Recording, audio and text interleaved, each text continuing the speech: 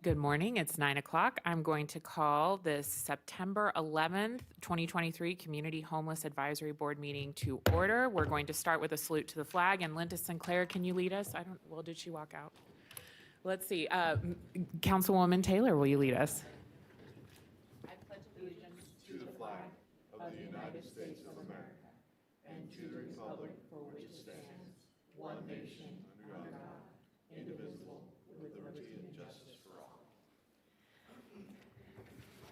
Thank you very much. And seeing that it is 9/11, if we could just have a quick moment of silence.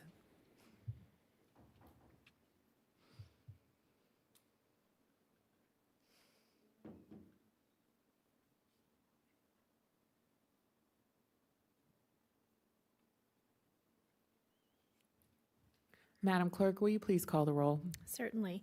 Alexis Hill, Chair. Here. Ed Lawson, Vice Chair. Here. Miguel Martinez. Here. Kathleen Taylor. Here. Christopher Dare. Here. Mike Clark is absent.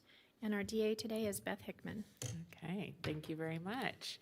We will now go on to item 3, public comment. Comment heard under this item will be limited to 3 minutes per person, may pertain to matters both on and off the board agenda. The board will also hear public comment during individual action items with comment limited to 3 minutes per person. Comments are to be made to the board as a whole. Madam Clerk.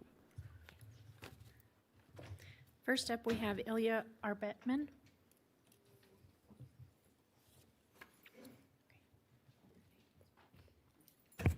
Okay, good morning, everybody. My name is Ilya Arbetman.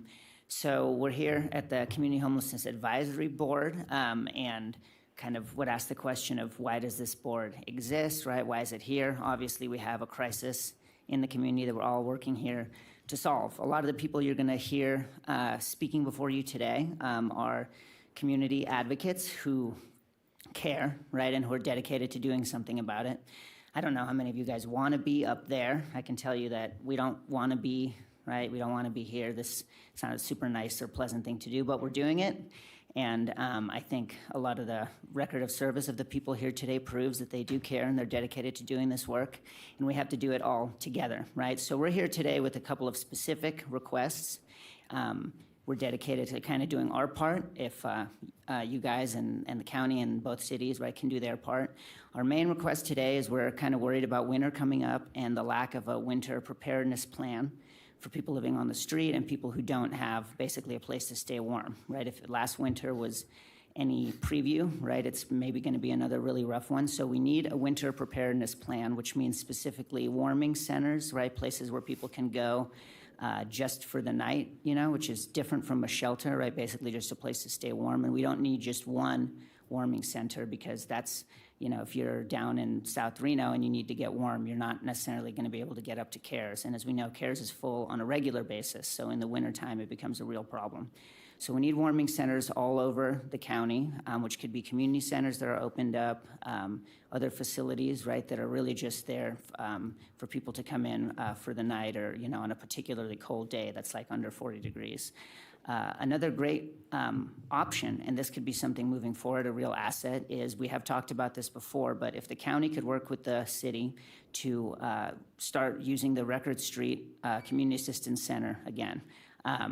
That is a building that can really be an asset to this community. And I think that the red tape around that is something that, you know, all of the great minds in this building, we can figure out how to clear that and get that building used at least as a temporary warming center and hopefully maybe a place for women and families to have an additional shelter at some point, because as we know, our place is a great resource, but it is over capacity.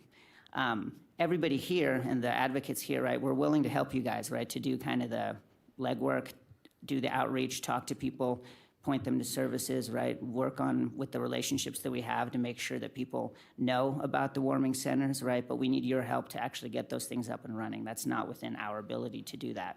So we're here basically asking for a winter preparedness plan and hopefully by October 1st so people know where to go when it gets cold. Thank you. Thank you.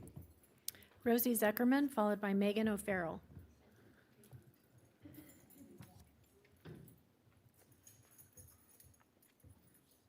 Hi, good morning. My name is Rosie Zuckerman. I'm a Reno resident, a small business owner, and I help run the community laundry wash called Laundry to the People for folks who can't afford it.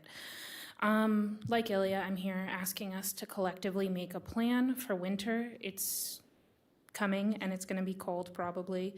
That would include warming stations throughout the county. A good place, like Ilya mentioned, to start would probably be the Community Alliance Center, asking the county to take that over from the city and have an actual warming center. As far as I understand, that building's available to be used, so it seems like that would be a good place to start. And like Ilya said, ideally, eventually this could be used as overflow from our place, which is full often. Thanks. Thank you. Megan O'Farrell, followed by Tara Tran.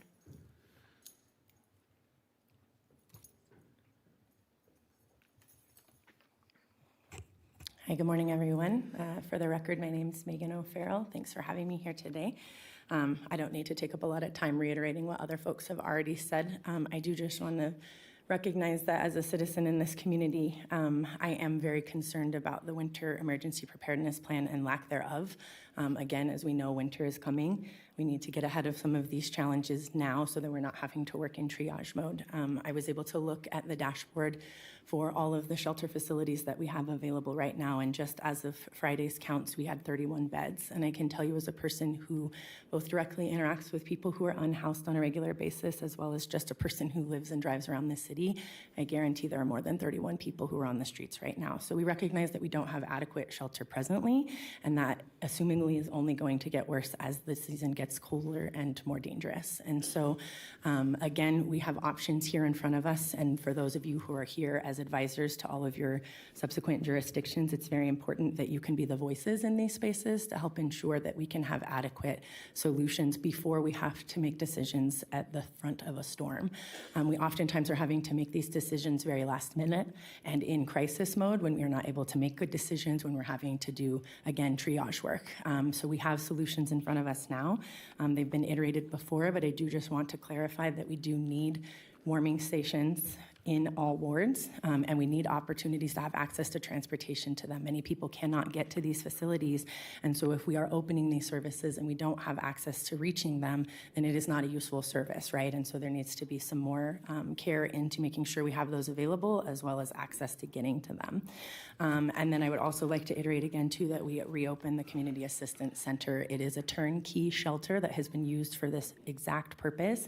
It is boarded up, and there were at least 100 or more people who were camping outside of that facility just within the last several weeks. I'm assuming they have been swept because I've been seeing cleanups going on, but that is a usable space that we have access to. And I know that we oftentimes recognize that the county is the responsible party for homeless services in our area, but we recognize that both the cities have abilities to use their resources to support the county's efforts. This is a community effort, and we need to be utilizing whatever resources we have available.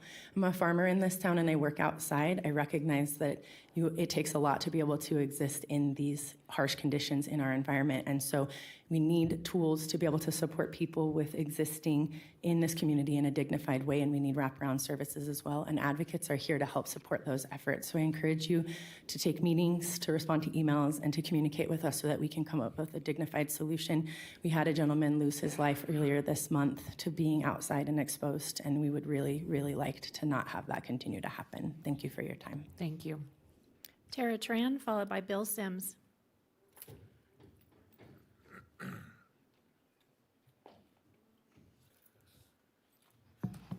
Hi, my name is Tara Tran.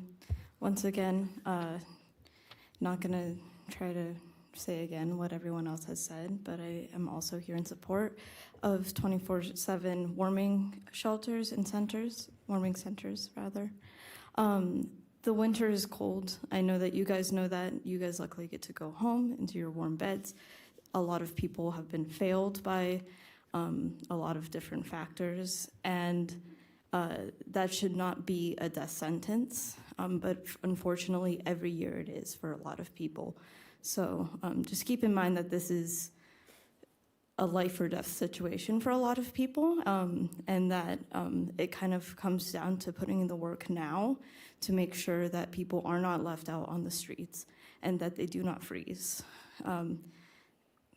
That's it. Thank you.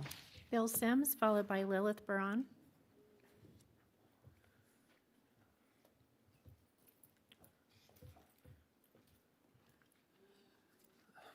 Morning, members. For the record, my name is Bill Sims, and I just wanted to come up here with my fellow advocates to say that while I have never experienced homelessness myself, as most people know, I had a father who did, and so I just wanted to come up to say that I know that no matter who you are, not everyone's going to be in agreement.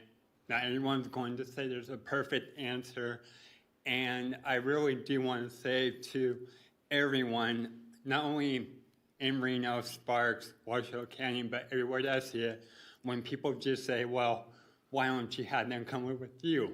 Well, my response to that is it doesn't matter what homeless people are doing to dignify that kind of response, because of the fact that advocates do what we can. And so to just say something like, well, why don't you just have homeless people come live with you, to me that's basically them saying that they don't want to do anything. They just would rather sit there and complain about a very non-black and white issue and say, I'd rather do nothing than actually try to do something.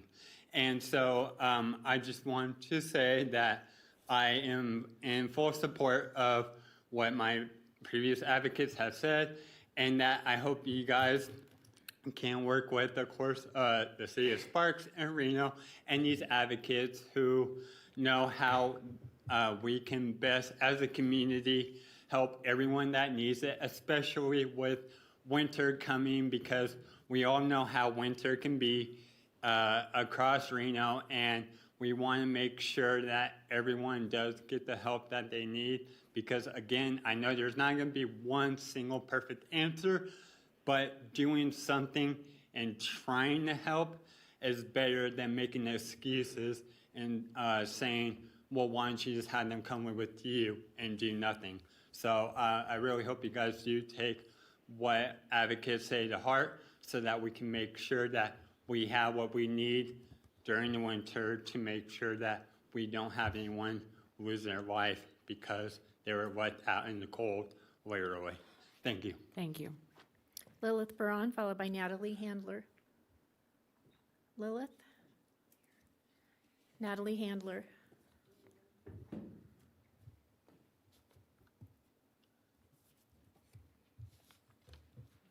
Hello, my name is Natalie Handler. I'm here today to speak on two vital issues. Winter is coming, and we're here again to advocate for an improved winter preparedness plan, one that doesn't leave anyone out in the cold without options for safety. We need more accessible warming centers available through the region. The National Homeless Coalition states that an exemplary winter station would be open 24 hours each day between October 1st and April 30th, and any other day when the temperature reaches below 40. It would also admit all homeless people, regardless of sobriety or past bans, unless they are violent or causing an extreme disturbance. If libraries and senior and recreational centers are to be used as warming centers this year, then we ask that they have extended open hours when weather reaches below 40 degrees. We ask that you work to build private-public partnerships with faith communities, RSCVA, downtown partnership, property owners, and those who can allow access to available or underutilized spaces by offering incentives, funding, or staff and security when needed. These should be a community-led effort to bring our neighbors in from the cold. The garage bays at CARES campus as overflow or warming center is not sufficient for all demographics. We know many seeking shelter view the CARES campus as unsafe, inaccessible, or not allowed to be there. Sending everyone to one location is not practical and will inevitably leave some demographics without options. And segregation of our neighbors is not humane and perpetuates harm. We ask that you have a new and improved winter preparedness plan in place by October 1st, so the advocate community can assist with the dissemination of all known shelters, warming centers, and the hours of operation, emergency transportation options, hygiene stations, and public restrooms, and any other pertinent services while we distribute warm clothes and blankets at ongoing weekly distributions. We believe the advocate and mutual aid community who do this work are most effective as they have built the relational trust with our unhoused community. Second issue we ask is that we open up the Community Assistance Center at Record Street. Sorry, I lost my place. We would like this center to be open to women and families. Women and families are consistently being left out of shelter space. Our place is typically at capacity. We ask that the city of Reno sell, lease, or gift this building to the county, and the county quickly open it to provide low barrier shelter overflow for women and families. And once the CARES campus is phased out and can accommodate this underserved demographic, the building can then be used for transitional supportive housing.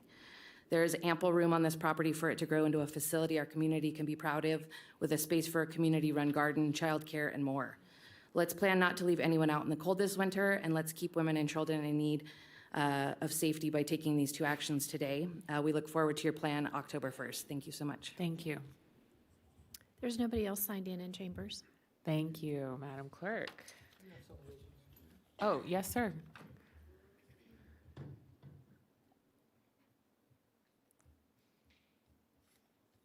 My name is James Harris, and I'm born and raised in Reno, Nevada. I was displaced in 2014. Right now, I'm a participant of the CARES campus. And all the issues they brought up Jake. might be good, but I walk past women all the time on the street. They have 1 unit for women. And as she said, Record Street is open. Also, you guys gotta really get to the meat of it. You can't help nobody if the staff is stealing from you. And it's a problem. So I hope you guys, figure this out, because CARES Campus is not what it's about. It's not safe there, like they say. They kick you out, go through your locker, your tubs, take your stuff, and it's ridiculous.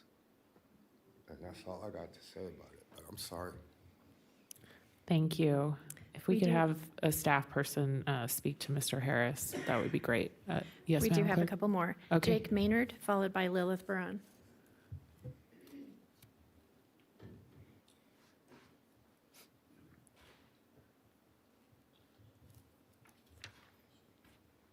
Hi, my name's Jake Maynard, for the record.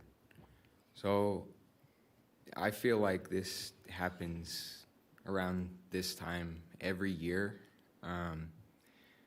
We're basically asking for proactive movement that will save lives that has failed to happen in the past couple years. And people have lost their lives because of it. There should be ample shelter space for everyone throughout the winter.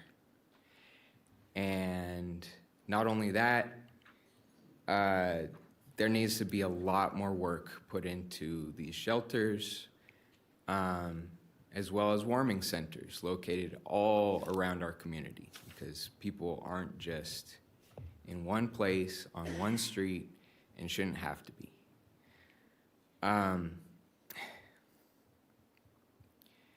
Yeah, the past couple years have been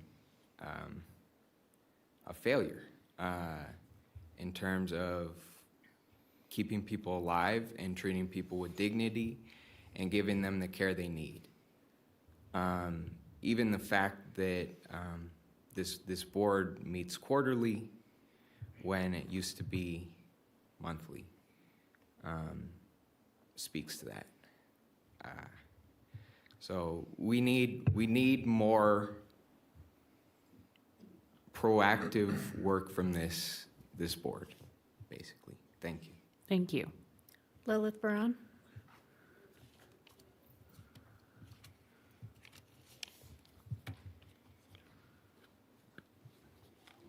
Good morning, Chair, members of the committee. My name is Lilith Barron from the ACLU of Nevada.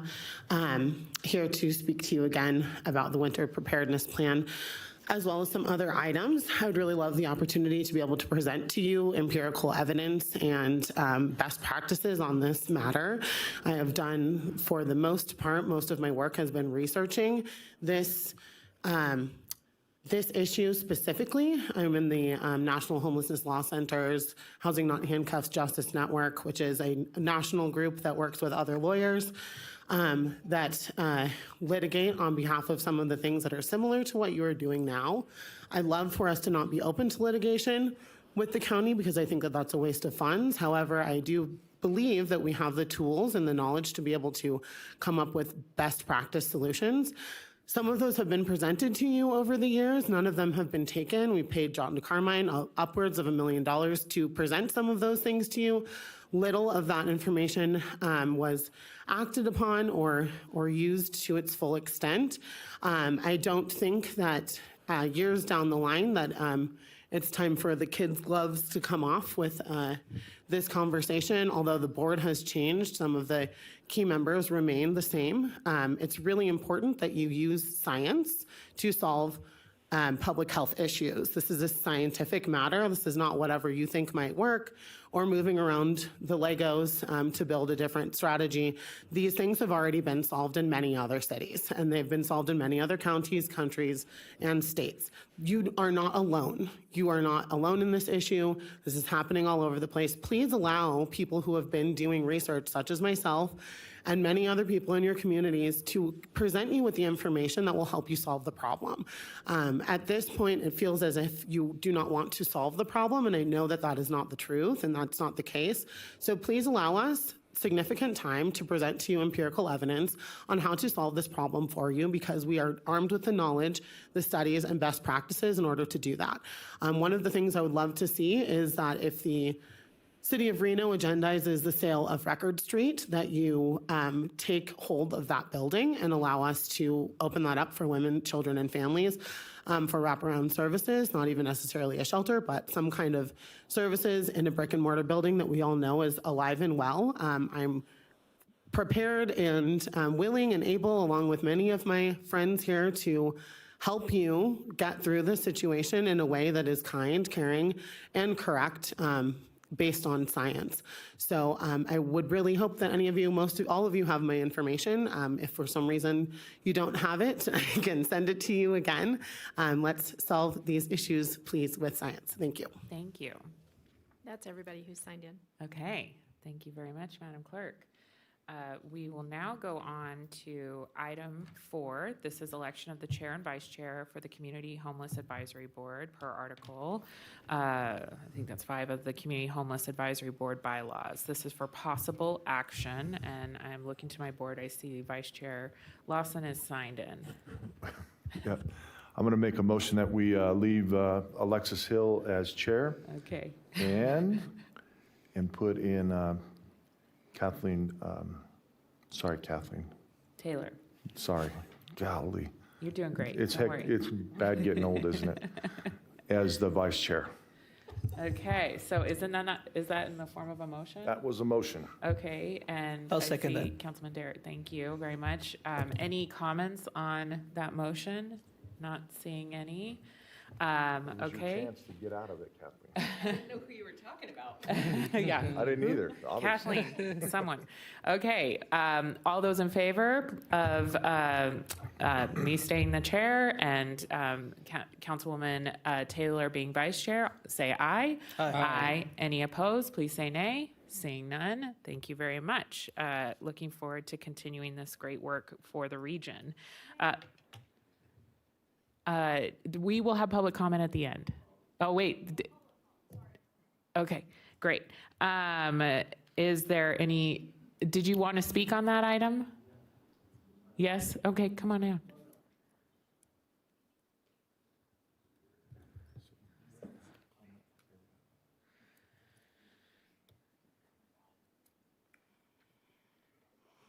Hello. I can't think of much else to say. I just think that respectfully, the work being done is not good enough. That's all. Thank you. Thank you. Ma'am, what is your name? It's Danny DeRosa.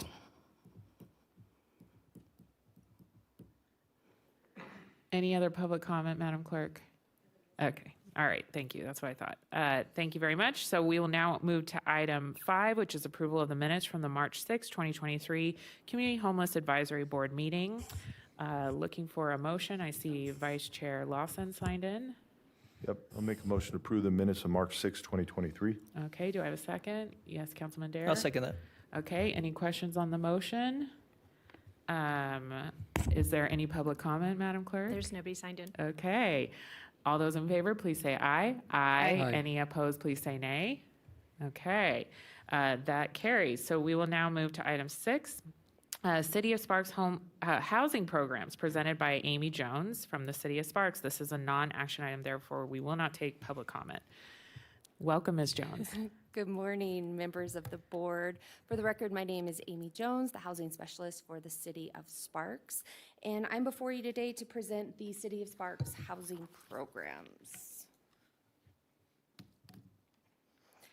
The City of Sparks is an entitlement community, and we receive an annual allocation of Community Development Block Grant Funds, or CDBG funds, from HUD. The city's annual award varies between $650,000 and $700,000 each year. And historically, the city has used our CDBG funds to administer the Deferred Loan Homeowner Rehabilitation Program and the Emergency Repair Grant. These two programs benefit City of Sparks residents that are low to moderate income homeowners. The city created a new activity in fiscal year 22-23 in our annual action plan to allocate funding to nonprofits that provide shelter and services to youth experiencing homelessness in Washoe County. And the city also annually allocates funding to fair housing activities to support education, advocacy of fair housing rights and responsibilities. So just a little bit about our emergency repair grant. It does allow City of Sparks residents to request up to $10,000 to make emergency health and safety repairs in their home. Eligible households must be City of Sparks residents, and households must have income that does not exceed 80% of the area median income. And repairs can include water heater repairs, HVAC replacement, floor repair, electrical repairs, plumbing, and ADA improvements are a few examples. And past residents that have benefited from this program have included elderly homeowners that are on a fixed income, they've lived in their home for a very long time, and they don't have the resources to make these repairs. This is a grant, so residents are not required to repay. The Rehabilitation Deferred Loan Program allows homeowners to request up to $25,000 to address health and safety repairs in their home.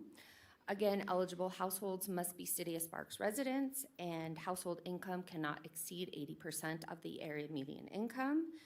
And repairs are going to include things such as a roof replacement, floor repairs, again, those ADA improvements that may be more costly, window replacement, sewer repairs, water damage, new windows, electrical, siding replacements, things like that. This is a loan, so it is secured by a deed of trust. The funds are repaid to the city at the time the home sells or changes ownership. The loan is a 0% interest loan and no payments are required. The City of Sparks partnered with the Eddy House and allocated CDBG funding to support their mission of providing shelter and services to homeless youth experiencing homelessness in Washoe County. And as many of you are aware, the great services that Eddy House provides, such as their support groups, therapy, emergency bed, clothing closet, meals, showers, bus passes, their life skills, and community living program. The City of Sparks, in partnership with the City of Reno, allocates our CDBG funds to Silver State Fair Housing Council to support the fair housing advocacy, training, and education. Silver State Fair Housing Council does provide training throughout the year to property owners and managers, the maintenance staff, realtors, social service providers, homeowners, and community members. They also assist residents investigating claims of housing discrimination, and they can also assist in filing HUD complaints if necessary. They do conduct community outreach as well as help residents and housing providers with reasonable accommodation and modification requests. The City of Sparks receives an annual allocation of private activity bond cap, and the city's 2023 award was $6,649,002.22. We transferred 75% of that bond cap to the Nevada Housing Division to support their homeownership programs in the development of affordable rental housing in Washoe County. And 25% went to the Nevada Rural Housing Authority to support homeownership programs to eligible City of Sparks residents. The city was awarded $1 million in Home Means Nevada initiative funding to purchase vacant parcels located in the city for future use of affordable housing, and we are currently evaluating a few potential properties for purchase.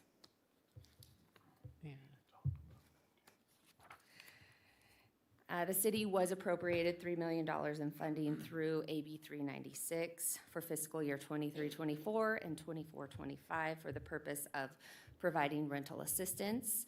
The city is currently working with the Reno Housing Authority to set up 2 rental assistance programs, one for eviction prevention and one as a short-term senior rental assistance program. My information is on the screen there. That concludes my presentation, and I'm happy to answer any questions. Thank you, Ms. Jones. Looking to my board to see if there's questions. Councilman Dare. I don't have a question. I wanted to say good job, and I appreciate what our staff and your focus that you brought. One of the things at large that our city is truly trying to hone in on is while we are continuing to work with those men and women who do not have housing at this time, is to not add to that population by make sure that even as inflation is growing or whatever's happening, we do our best to help keep people stay in their homes. And so thank you so much for the work you do, but it'll be a continued focus on our end. Thank you. Yes, thank you. Any other board members? Yes, Ms. Taylor. Thank you, Vice Madam Chair. Chair Thank you, Taylor. Ms. Jones. I was wondering if you could very quickly, high level, explain what the bond cap activity means. I think we might have a misunderstanding of what that $6 million actually means, or the availability of that.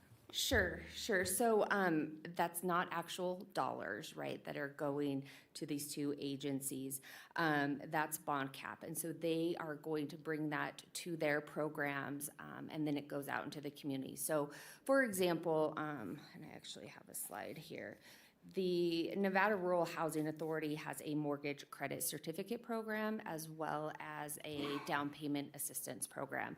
And so they use those mortgage credit certificates to help homeowners when they get that loan for their home, and I'm not going to explain this as well, right?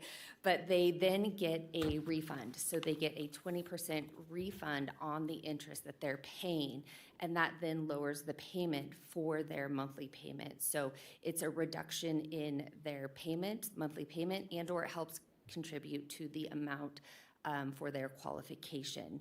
So it's coming in on the back end for their programs. I don't know if that was helpful or not. Yeah, I think the important thing was it's not correct. $6 million that you're getting that you're giving out to someone else. Correct. So thank you very much for that clarification. Yeah, great clarification. Any other board members have questions? Ms. Jones, has the City of Sparks, and Washoe County is still working on our incentives for developers to do workforce housing and affordable housing. So, figuring out how we can, ensure that they have lower fees, or, has the City of Sparks implemented that yet? Or are you working on that, just out of curiosity? You're looking to the mayor. He's looking at you. It just so happened we talked about this last week, but please. As far as right now, we have not implemented those fees, if that's correct. Correct. Those are discussions that are taking place. We have engaged some property owners, Great. so that's kind of where we are in that process. Wonderful. I know it takes a long time, and we still have not implemented our incentives to ensure that we can, if folks want to do those kind of housing products in unincorporated Washoe County, that we are coming to the table with options for them that the county can support. So I'm not trying to put anyone on the hot seat there. I just wanted to see if that was also happening in the region, because we're looking at it at the county. We are looking at it also. And Great. We have actually made contact, so we hopefully we'll have something in the months to come. Yeah, that's very exciting. And I think it's great that you're keeping people in their houses. And how many people are taking advantage of your these emergency loan or the $10,000 support for the homes? So currently, we have 3 that the work is getting started. We have 5 applications that are being processed. So we do get applications quite frequently. It is such a great program because it does keep, especially those elderly households, Right. in their home where they otherwise may not be able to be in their homes. I can say that 2 of those applications that are in progress right now, that the work's about to start, they're in both households are in their 80s, like late 80s, and so it's so great to see that this work is going to help them stay in their homes. And that's how we build generational wealth in America, is our homes. So that's great. The other question is on the Nevada Housing Division for home ownership programs. Is that also happening outside of the city of Sparks, or are you?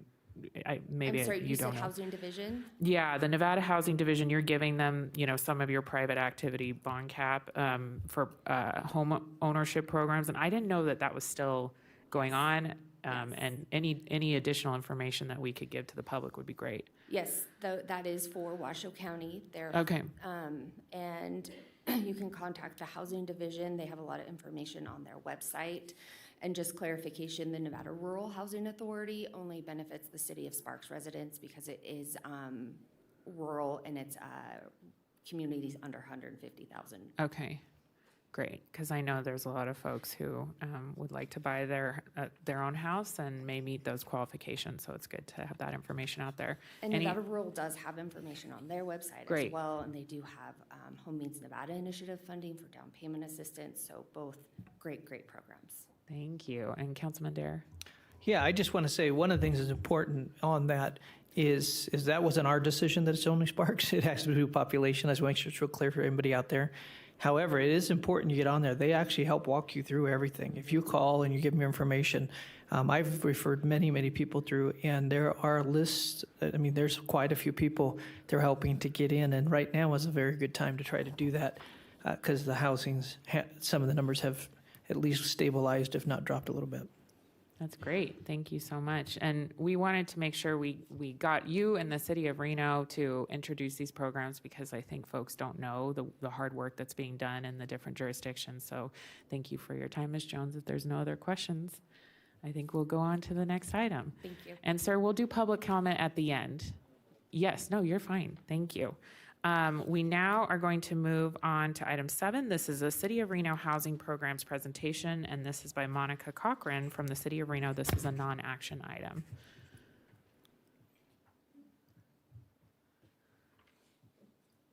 Sorry.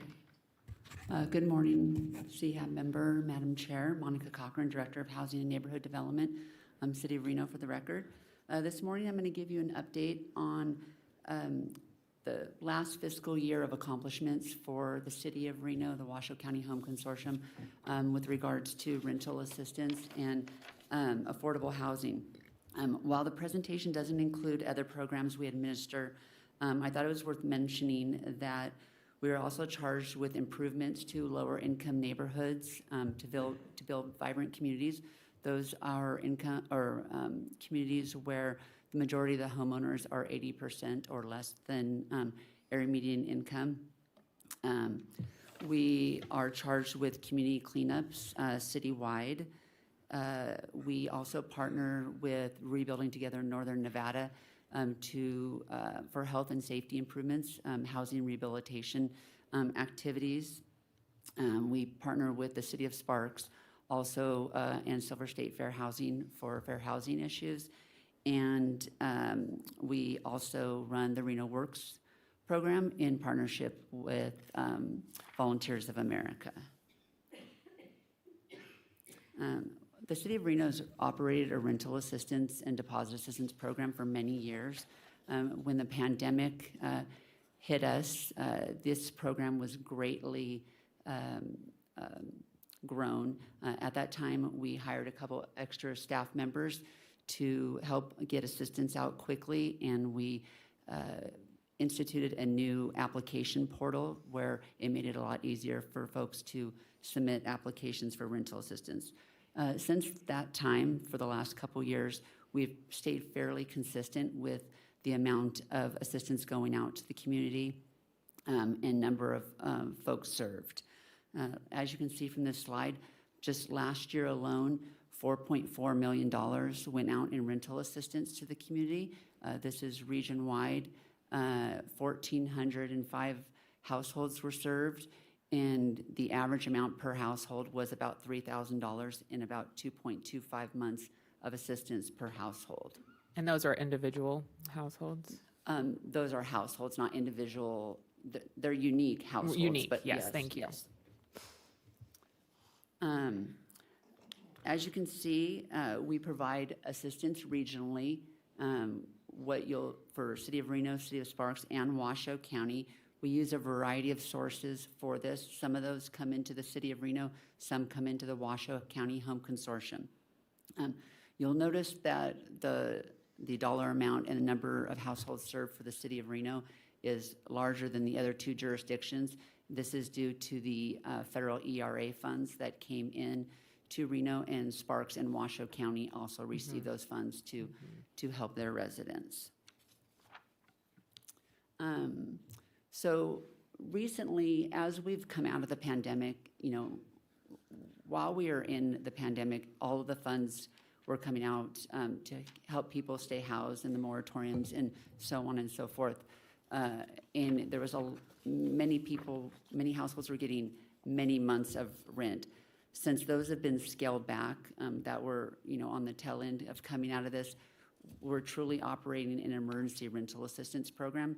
So we thought it would be prudent to start gathering some other data to see how this assistance is helping. So just recently, we started a survey where we're going to be surveying our recipients at 3 months, 6 months, and at a year to see if they're still housed, asking a variety of other questions. They're pretty short surveys, about 5 questions, but also asking about other services and satisfaction. There was a small amount of responses since we just started doing this, but I thought it was important to share this data. So out of the 80 responses that we received, 86% of those folks are still housed. We have also asked questions if they wanted to provide contact information, so those that needed further assistance, we could reach out to them again and see if there was anything else that we can provide. We often get emails and/or letters, notes, thanking the staff, and I've brought 3 of them with me today because they do all of the hard work, and it's not an easy job, but it is telling to me when we get these emails of how thankful people are for this assistance. So I've provided a few of these quotes. I hope it's not too many, but it kind of makes my heart happy. Also, you'll see from this next slide, about 96% of the folks that received assistance were at least ranked us as satisfactory, and many of them outstanding. So I think this also tells to the good work that the folks are doing in our division. I've provided a few, again, impact statements, and I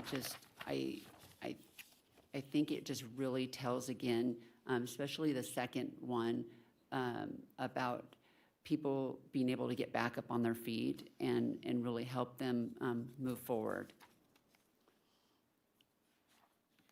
Hate to do it again, but these ones are handwritten, and these ones were actually to Jamie and everyone in this room that knows Jamie. She is a rock star, and I think her superpower is to get people housed. I don't know how she does it, but she's amazing, and I just really think that this tells a lot to the hard work that folks are doing in our division. We do still, going forward, we are still operating our rental assistance program. And we have walk-in hours 3 days a week where folks can come in and fill out a hand application.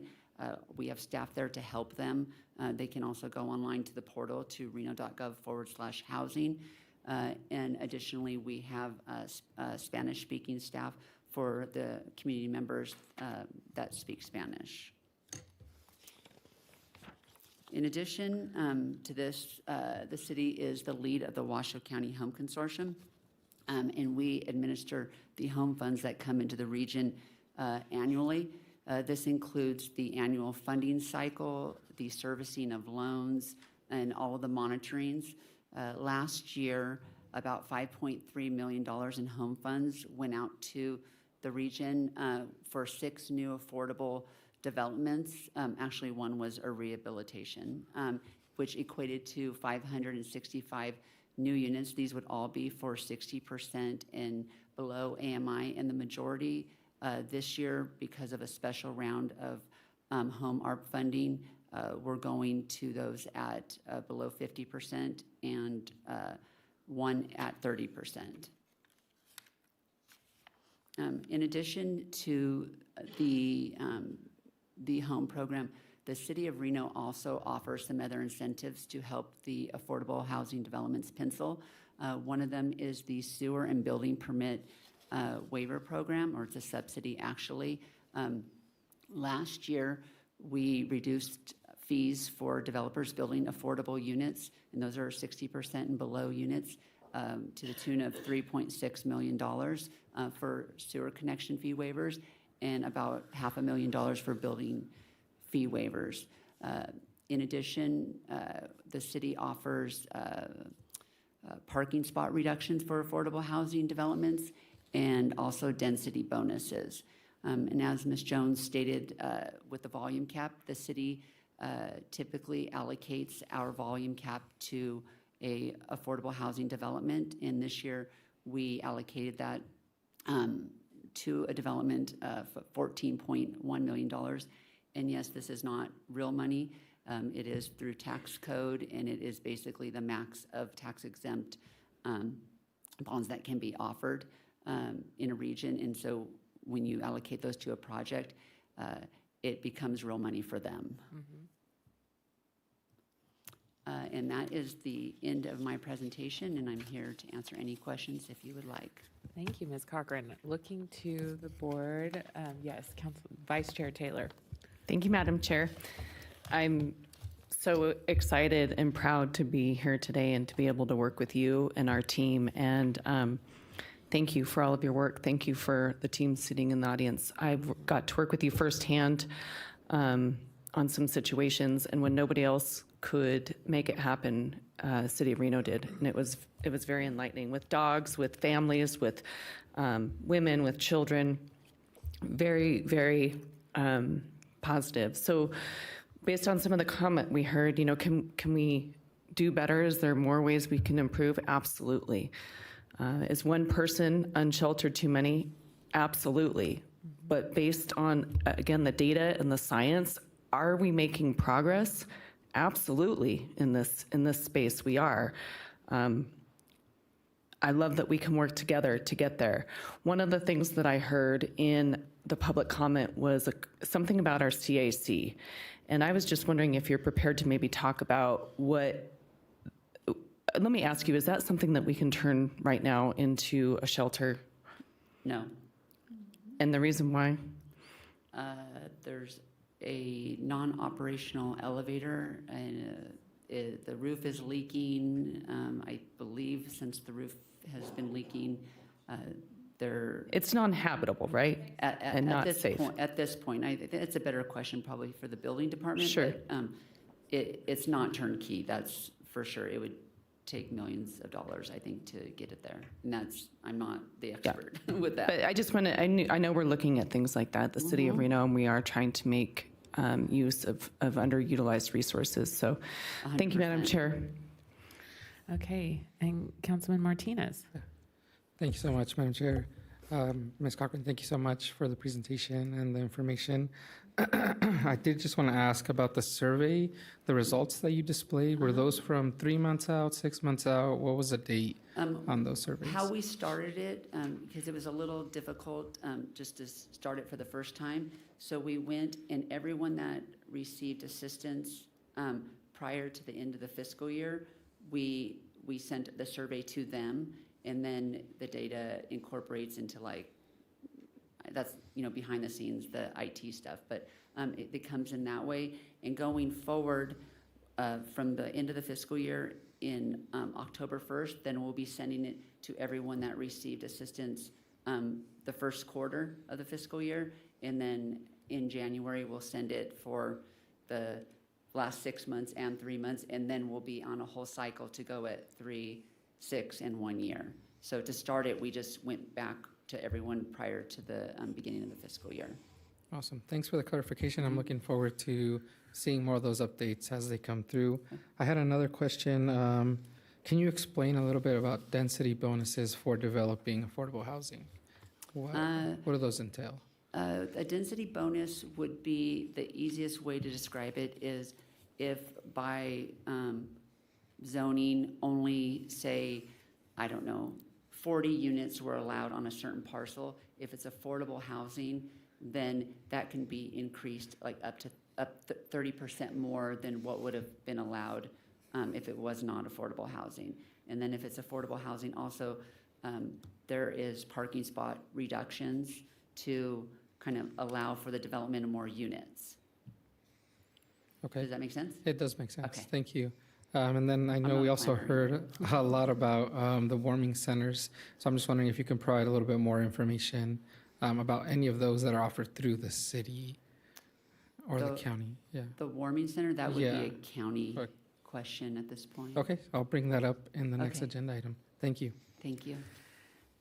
Any other board members? Yes, Councilman. Yeah. One of the questions that in public comment was mentioned is why do we meet? And I want to say this is part of it. So thank you, and thank you to your staff. I think it's important that people realize all of the different things that are happening. There's quite a bit in trying to find the balance of even finances and focus and staff, and all of those things are very important. Every person is valued 100%, and there's not one whether they are right now have a place to live or do not. They have a great value, and I think that is, for anybody wondering, that is why we are on this board. And so that's something I know for a fact. But I would just say thank you. And I do think every one of these households, I love seeing these numbers. Obviously, for all of us, we'd love to see all of our numbers double and triple. But the cost and the reality is it's a lot more complicated than just putting numbers on a page. So each of these are families and names. So thank you, and thank you to your staff. I do love I know you apologize for all the quotes, but don't. Each of those are a family. Each of those have kids. And it is important that you realize that you made a big change. So thank you. Thank you. That's why I provided them, but I didn't know if I provided too much.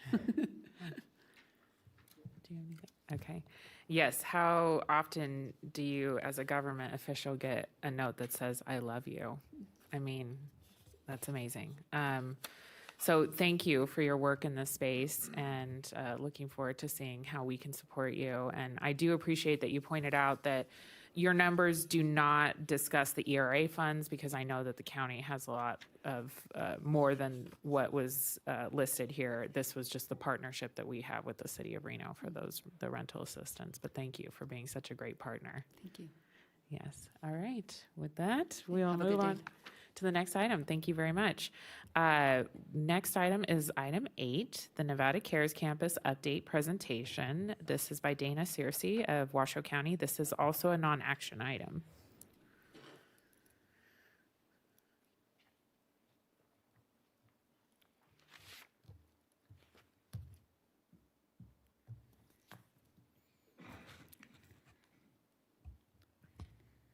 Good morning, Dana Searcy, Division Director for Housing and Homeless Services with Washoe County. And so we're going to take you through several slides that you have seen before, and a couple you'll notice are not included because things have been accomplished and we're not working on those anymore. But really, as you are all very much aware, CARES Campus is a low barrier shelter, the lowest barrier in our community, always focusing on housing.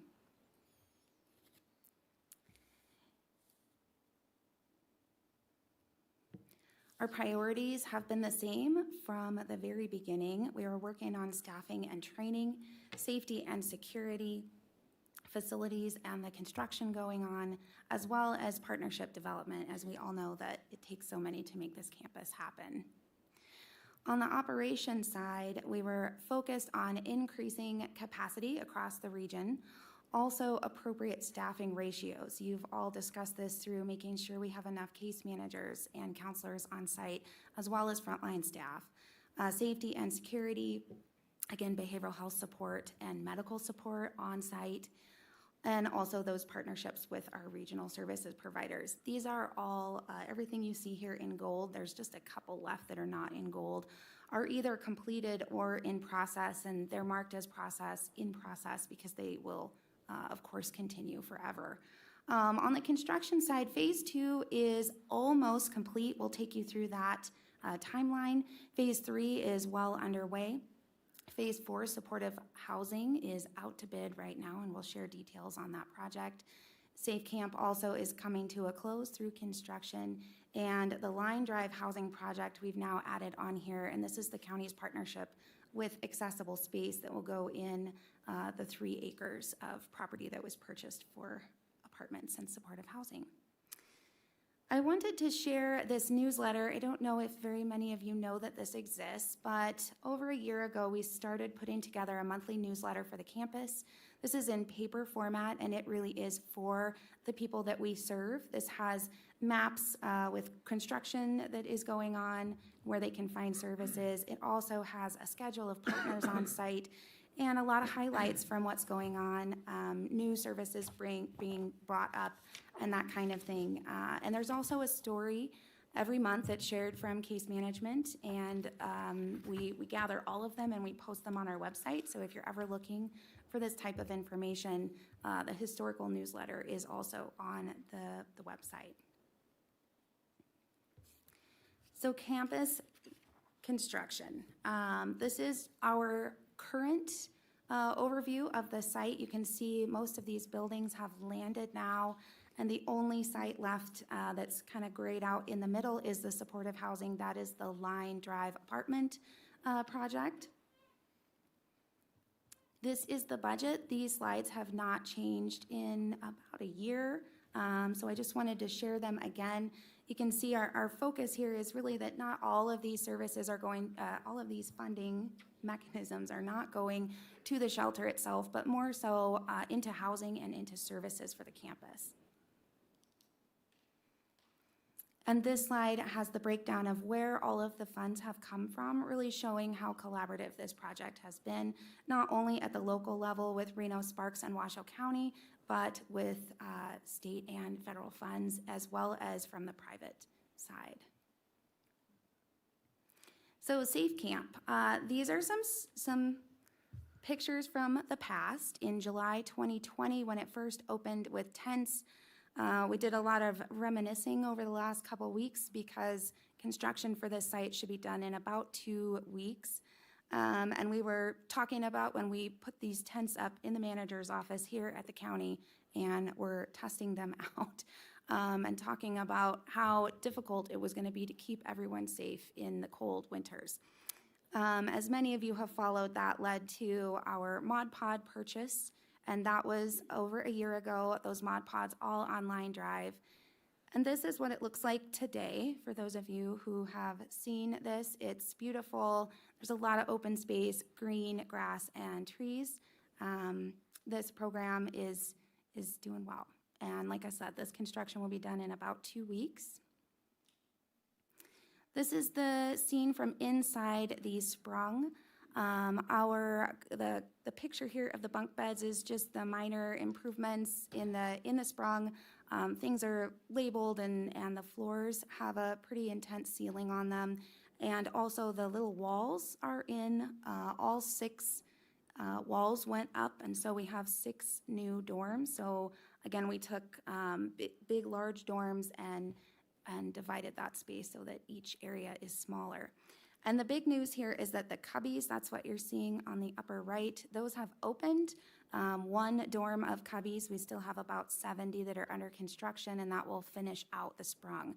So 2 weeks ago, we moved about 70 individuals into their independent cubbies. So phase 3, this is our large welcome center. This is the most amount of construction that is going on. There's been kind of three, well, I'll show you this picture here. You're all familiar with this floor plan, but this has been the scene over the last couple months. All the buildings were demolished. That was 3 buildings in total. All of the fuel tanks have been removed. We've received our all clear letters, and the site is now completely flat. Dana, if I can just ask you to pause for a second. I see Commissioner Clark is here, so if you could please join us up at the board dais, that would be great. Continue on. Thank you, Ms. Cersei.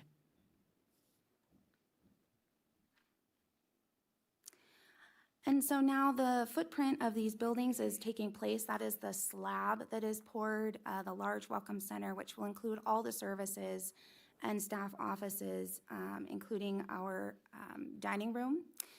Just this morning, the first piece of steel is going in on this concrete slab, and we'll start to see that go vertical. Over in the resource center, and I don't know that we've dug into this a lot, so I wanted to talk about it.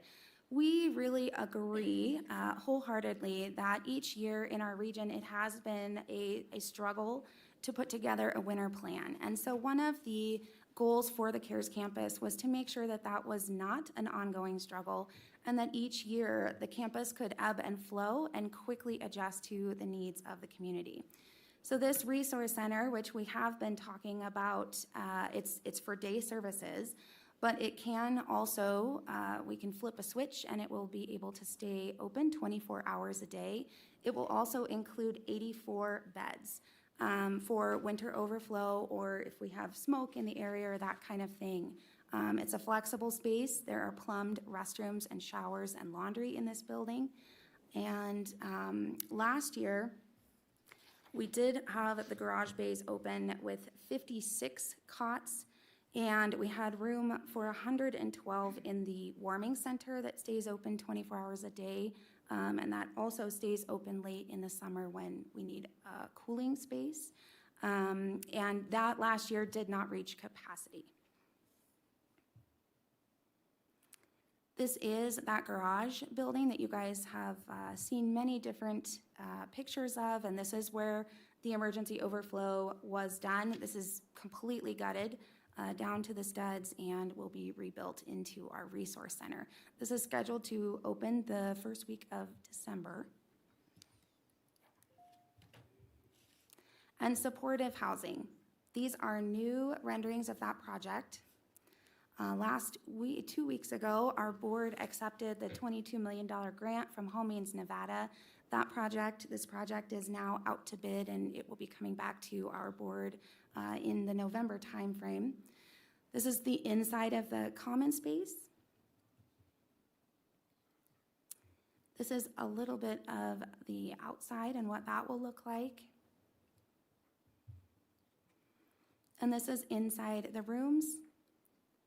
A lot of this is pretty simple, but built with hardened materials, and it's definitely a warmer feel than what you have seen in some of the shelter elements that we've brought into construction.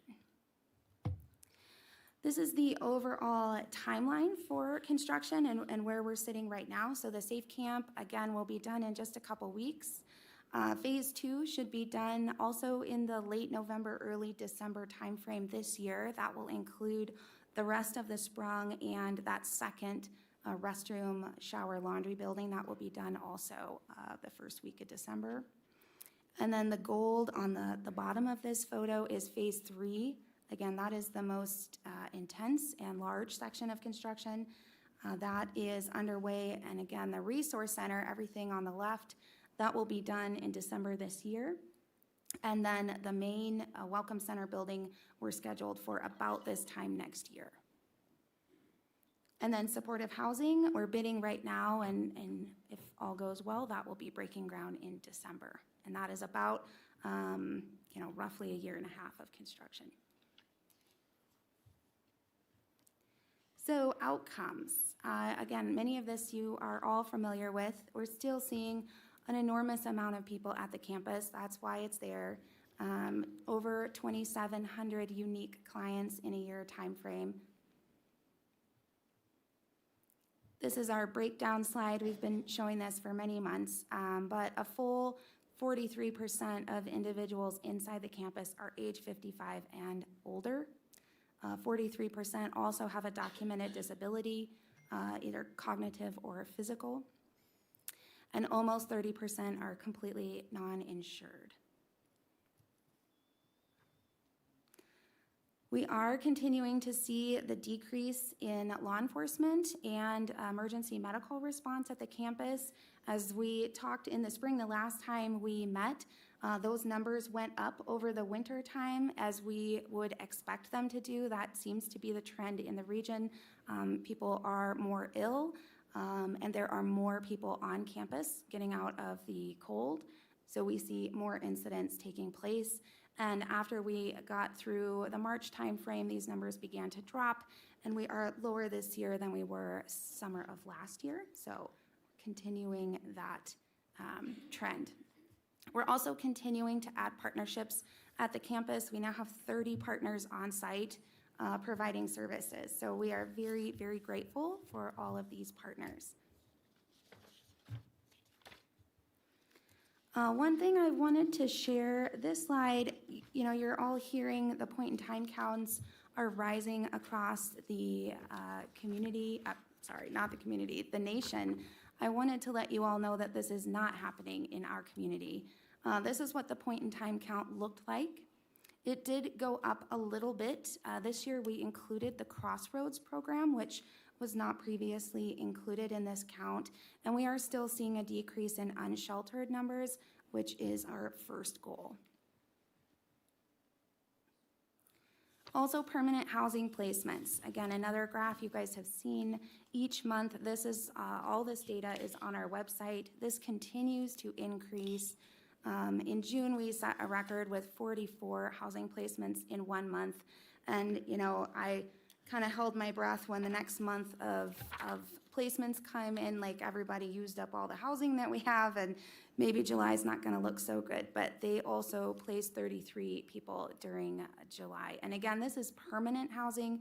These are not counting anything that is into transitional housing. Obviously, there's a lot of positive placements that can happen from CARES, but when we're strictly looking at permanent housing, meaning someone has a lease and they will not be asked to leave, these numbers continue to rise, and that's great. And recidivism. So this number was first put up in the spring with our board. We're going to be pulling this every 6 months. And I will preface this with this is very new. And, recidivism at an emergency shelter is a new trend that we'll all be watching and analyzing. But if you look at January of 22 through June of 22, we can see that our recidivism has dropped. We were at 37%, and we're now at 28. And this is measuring 6 months after homelessness. 6 months after placement. And who is returning into homelessness. We'll also be looking at a year and watch these numbers develop. So next steps for the campus. Employment readiness and training, haircuts and therapy groups.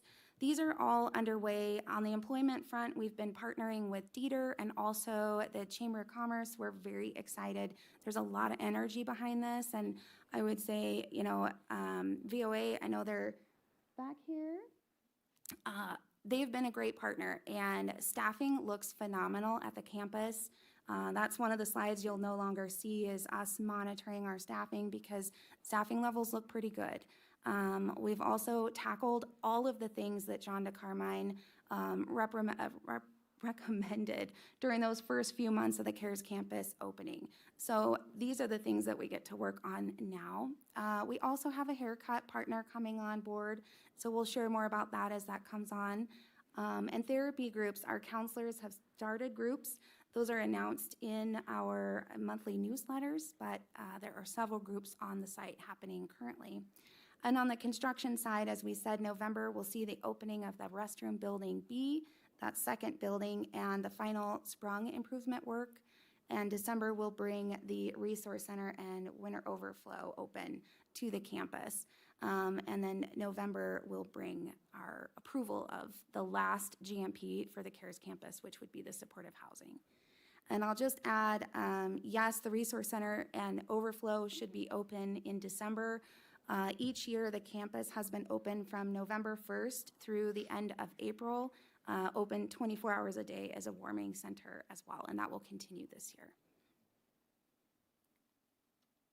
And that's the end of my presentation. I'm happy to take any questions.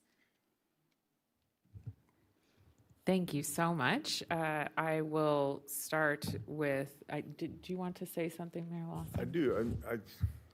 I'm just so impressed, number one, because, you know, we came together as this board not quite 3 years ago now and launched onto this project, and it's been open for 2.5 years, and the strides you guys are making and the problems that have been overcome, the amount of services that are being, 636 people in permanent housing, that's a big deal. That's 636 people that won't be on the streets any longer.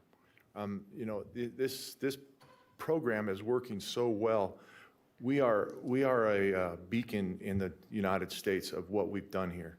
The plans that we have for the future are so big, so great, that we're going to have wraparound services, literally mental health problems to whatever you need to get services to get out of experiencing homelessness. So in the government world, we're moving at rocket speed. I mean, this is pretty amazing what we've done in less than 3 years.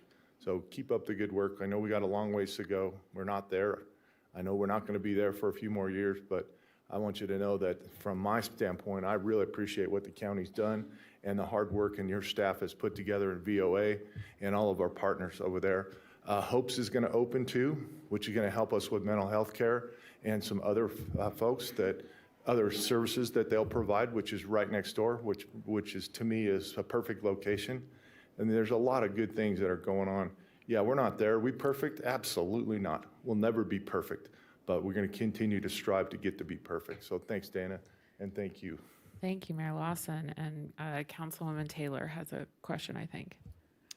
Thank you, Madam Chair. I echo the same thoughts. Wow. I mean, this is amazing. You guys are doing great work. I have a couple of questions. The first thing is, when you were talking about the resource center and that some of the warming centers and the cooling centers weren't at capacity or they weren't used, was that accurate?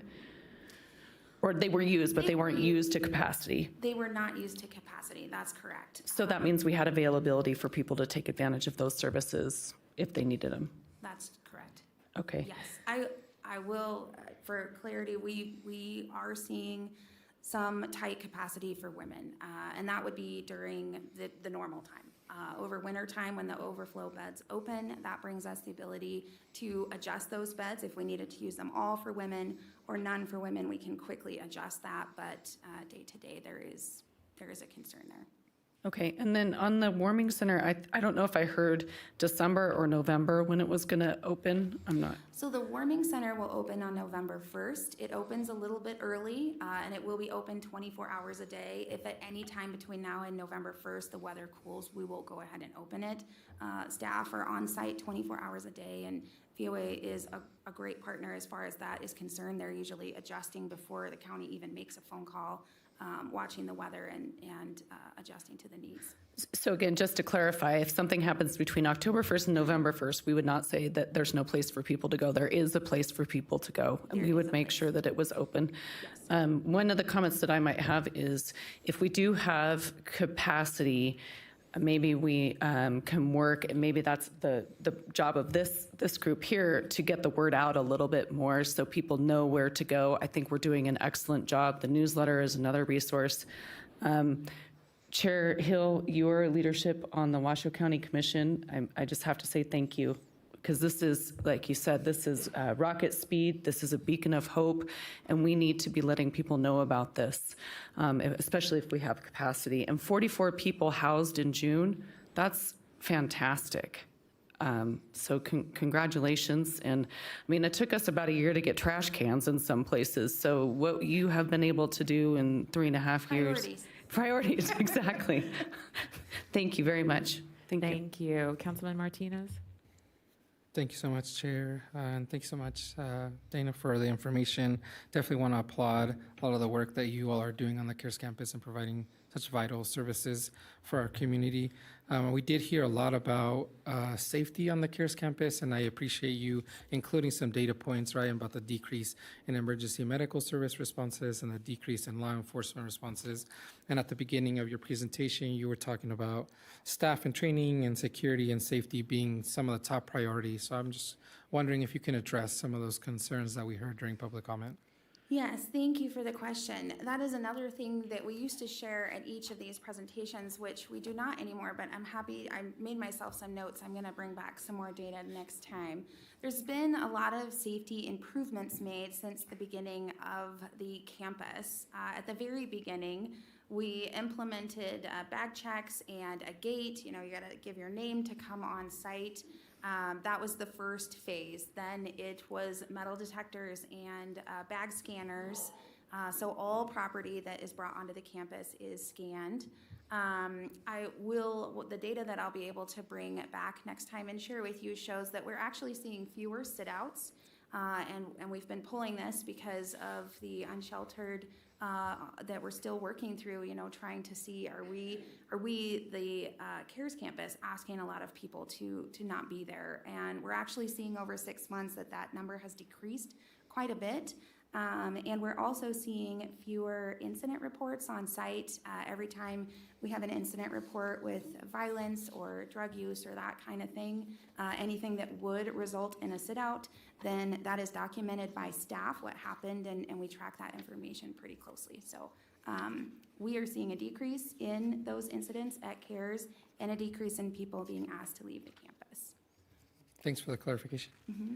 Thank you. Going over to the left side, Councilman Dare. Yes, I have a few questions, but first, I think one of the things that I hope, and I know that there's some even in the crowd that have been with us as we have walked this out, and some of this is not very pretty to watch. I just truthful, we start things, we put things, and we find things that don't work, and we try to fix them, and it takes time, and it's hard. It's hard because this is involving people's lives, and so in all of that said, I would not want to misinterpret our pleasedness of what has happened with saying that anybody that was harmed in this time, you know, it's one of those things we are actively moving forward, actively putting attention towards it and finances towards it. I do have a few questions that I think are pertinent, and I say this that to the county, I really thank you for taking the lead on what you have done, and I think it allows us to really focus as cities of keeping people in their homes. But the questions I have for you is, one is just with these numbers of disability, 43%, and some of this, it's a concern of the past that I brought up, is there are some who potentially can never go get a job. I mean, I've been down to the shelter. I've volunteered for the winter things. I've been, and some, and I don't know if today's the day to answer this, but at large, there's no way they're ever going to make it on their own in the situation they're in. And what are our answers to that? And again, maybe there is an answer you have, maybe you don't, it's okay. But I'm asking this at large as I look at this, that's a reality. And if that's the case, it is something that we need to look into. And then I'll ask another question. With our case management, you said our numbers are good. One of the concerns back in the day when we first started this conversation was percentage and caseload. And can you speak to that as well for me? Yes, so the county has taken pretty hard stance on trying to get appropriate case management in place. It's absolutely critical. So at the CARES campus, and I believe our place also, are set up to a 1-to-30 ratio from case management. 1 to 3? 1-to-30, yes. Okay, very good. And that does not include the counselors and the on-site staff that are also there. That's just the case management loads. Gotcha. Well, that definitely has shifted and changed, so that's wonderful.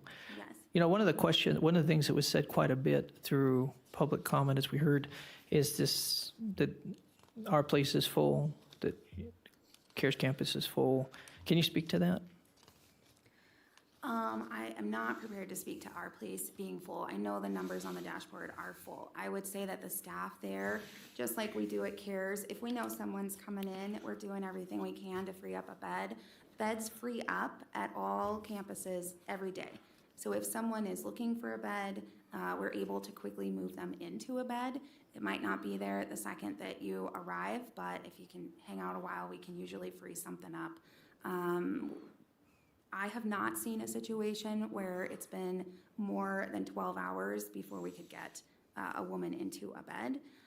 Families is different. Families, there is a long waiting list. I think about 30 on that waiting list. Okay, thank you. And to your first question on those who need support to find housing, that is our permanent supportive housing work, and that is why it is so critical. That is also group homes and skilled nursing facilities, all of those types of facilities. And I think one vision of this campus was that enough capacity was built to provide shelter for everyone who needs that shelter. And ultimately, you know, it's holding while we can put these other services in place. And eventually, we want more of those other services ready to accept people quickly. And then that shelter capacity doesn't need to be as large as it is right now, because those facilities would be there. And I just have one more comment, if you don't mind. I just want to also applaud, and again, coming back to why this board existed from the beginning, was really to bring collaboration in our community, and it's happened in our region with all of our city and county and all of us, but also as we see our partners come together, there was a day that was not happening. And I say that not saying anything bad about anybody, just the reality is that just the bridges weren't built, and we needed to build those bridges. And so one of the examples we want to do is show that. But I truly do believe, for me, is that government cannot solve what we're looking at here. It is our community together that is going to always do that. And I appreciate someone mentioning the churches and our community stepping up together. And so I will continue to support in every way anything we can do to pull our community, that we all take responsibility, because we're limited in many ways of what we can accomplish. And even the mention of relationship, it's so true. I mean, as a pastor, I've worked very much closely with homeless for many years. And truthfully, when we know their name and they trust us and they know us, it goes a long, long way. And when government shows up, it also doesn't go as far. It just sometimes does not. I mean, don't get me wrong, I'm sure your caseworkers are learning that trust and all that kind of stuff. But there is a combination that I would just continue to support and encourage, that we won't reach the end of I don't know if we'll ever reach the end, but we won't get closer to our real goals if we are not working collaboratively. Thank you. Thank you very much. And Commissioner Clark, do you have any comments or questions? Thank you. I apologize for being late. I get some wires crossed here with the meeting, but I'm here now. I've got a couple of observations and questions. Thank you, Ms. Searcy, for being here this morning. I wanted to focus, you said something about haircuts. Is that, I've got a friend that's got a local barber college here in town. Is that the person that's, and when I talked to him at the Martin Luther King dinner, he mentioned that he'd be willing to work with the seniors, and then I didn't know if that would be the same person that'd be interested. He's got a barber college in Sparks, and he's willing to work with the seniors, and I didn't know if he was willing, if that's the same person that you're talking about with haircuts at the CARES campus. I am not positive, but I will connect with you and see outside. Supercuts is who stepped up and said that they also, same thing through training, would be able to come to campus on an ongoing basis. But Sure. My person is not with Supercuts. He has a barber college there in Sparks. So I'll get you his name and contact information. Next, I'm very focused on the seniors. I've been very focused on the seniors, and I see that 43% of the folks at the CARES campus are seniors. What are you doing for the seniors at the CARES campus? Because and I want to tie this up a little bit.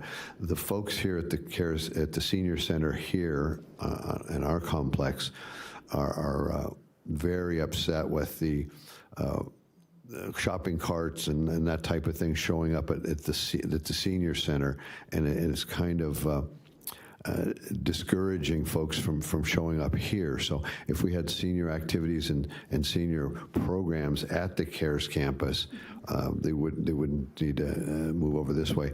And on top of that, I am getting reports that some folks are being bused over here from the CARES campus. Do you know anything about that? Is that just some kind of rumor, or do you know anything? Is there bus service between CARES campus and the senior center? not to my knowledge, but I will look into that. Okay, so on a regular basis, I just show up at the senior center across the parking lot here, and just walk in unannounced, sit down, just observe what's going on, and I see dozens and dozens of shopping carts surrounding the building, dozens, full of people's belongings, and dozens of those on the inside in the patio area, and so I'm concerned with that because seniors it's two different groups, two different lanes, two different categories of citizens, and they don't always mix. The senior folks are not happy about the CARES campus people. Apparently there's been some disputes, some phones missing, phone chargers missing, physical altercations at the senior centers, and I just don't think that that's something that the seniors deserve, to have to survival of the fittest and fend for themselves at the senior center. So that's something I think needs to be addressed. And then lastly, on the 1st, I guess, of September, I happened to be here leaving the county complex, headed over to Sparks to have some ribs with Mayor Lawson, and I saw somebody either passed out or injured here right on the corner of 9th and Sutroy.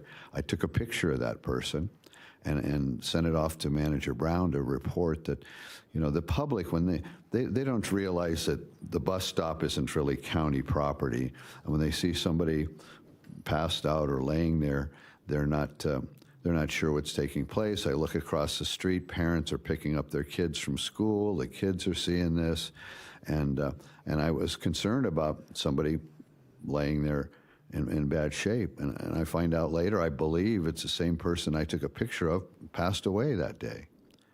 I just showed that picture to Lily Barron here, and she said that person had passed away. So there's also, and if that's the case, there's an article, an interview with people from our town, Reno, about this particular individual who had been at the CARES campus with some of his friends and wouldn't go back there, didn't feel safe there, had been sleeping in the bushes by the senior center. So that, I find that very disturbing.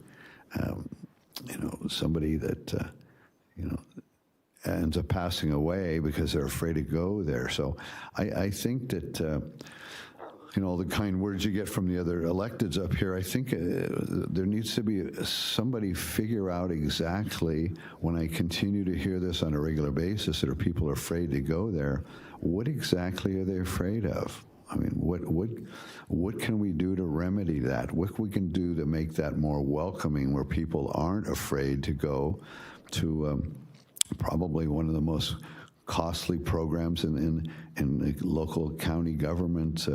We're paying lots of money. We're trying to get this done. We've got partners all over the place, and yet people are still afraid to go there. So that needs to be addressed, and I'd like to hear about that. That's something that I think that we should make sure that people feel comfortable going to a shelter. If you're afraid to go to the shelter, what's the alternative? The alternative is sleeping in the bushes and then hopefully not passing away because they're outside. I mean, we had that cold snap a couple weeks ago, lots of rain, and here's this poor person having to live in the bushes. So those are my thoughts. Thank you. Ms. Cersei, do you have any responses? Yeah, I can, one, I'm not aware of the individual who passed away. I will look into that. The senior aspect of all this, I think a lot of people are not comfortable in a congregate shelter. There's a lot of people, there's a lot of activity. That's one reason why some of the improvements in the Sprung with the division of the dorms is a huge safety improvement for us. It allows us to separate populations. For those of you here, when we first opened the shelter, the women were dispersed throughout the shelter. The shelter was never intended to have women. Women came, it was intended to have couples, but women being in and out of all the areas that the men were in was not a safe situation, and so quickly we were able to set up a dorm specifically for them. We've also talked about doing the same thing for seniors. Not only seniors, but also those with a disability that may be more vulnerable when it comes to being taken advantage of or having belongings stolen, that kind of thing. So that is part of the plan here. And then I would say the resource center is a critical component that the campus doesn't have right now. Everyone is in one tight area because of the construction. The resource center will open up and have a separate entrance. The main campus will move back to Threckle as that entrance, and Line Drive will be the entrance for the resource center and the housing projects. And the reason that is so important is so that those at the senior center, those who do not want to go into the shelter, they have another option to still come to the campus and receive services in a smaller, more intimate environment. And Ms. Cersei, to follow up, if you could, on the 115 who are 65 and are above, I'm assuming many of those are going to go into permanent supportive housing as well. What Commissioner Clark asking, what are we doing for the seniors? We're housing them. Sure, yes. That's what we're doing. That is a fair comment. I appreciate that. I think a lot of those who are especially above the 65-year mark are looking for some type of housing with supportive services. That's a fair comment. I would also say it's a fair comment that group is growing, especially as we start to see our baby boomers moving in to senior ages, and that is new in homelessness across America. And so I think a lot of conversation is going into how to support the senior population to allow them to stay into their homes.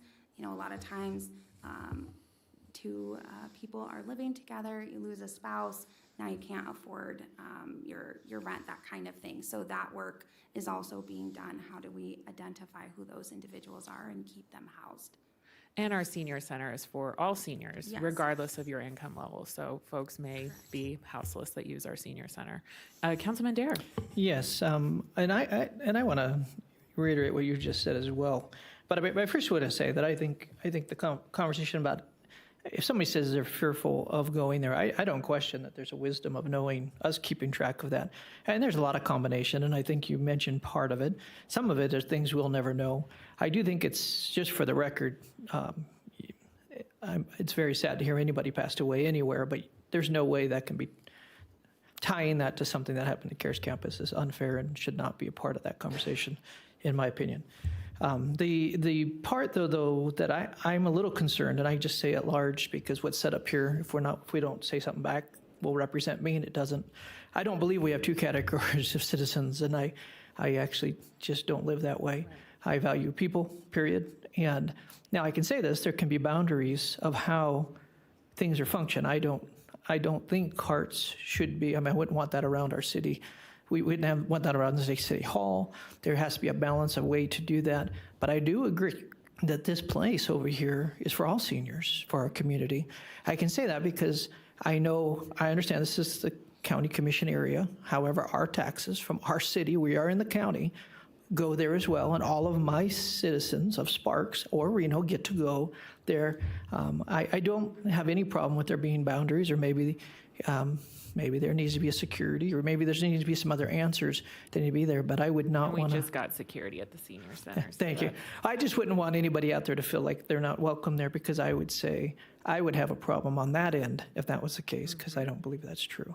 And so, with that said, though, I would say that how we are handling our seniors are important, because I like that there's permanent housing on the way, because I think putting something in front of a group of people who will never reach that is not fair.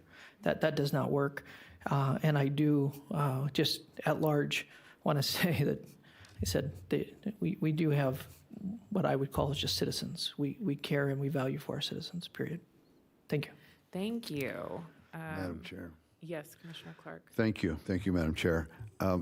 Again, I want to apologize for not stopping my car that day. I just took a picture. Had I known that this individual was facing imminent death, I would have got out of the car and gone over there. So I feel bad about that. But to if folks, and these aren't my words, so don't shoot the messenger, but if you read the article, Our Town Reno, about this Mr. Rice incident, these are the words of people that were interviewed at the senior center that feel uncomfortable there. So don't take my word for it. We'll go interview the people that feel this way, number one.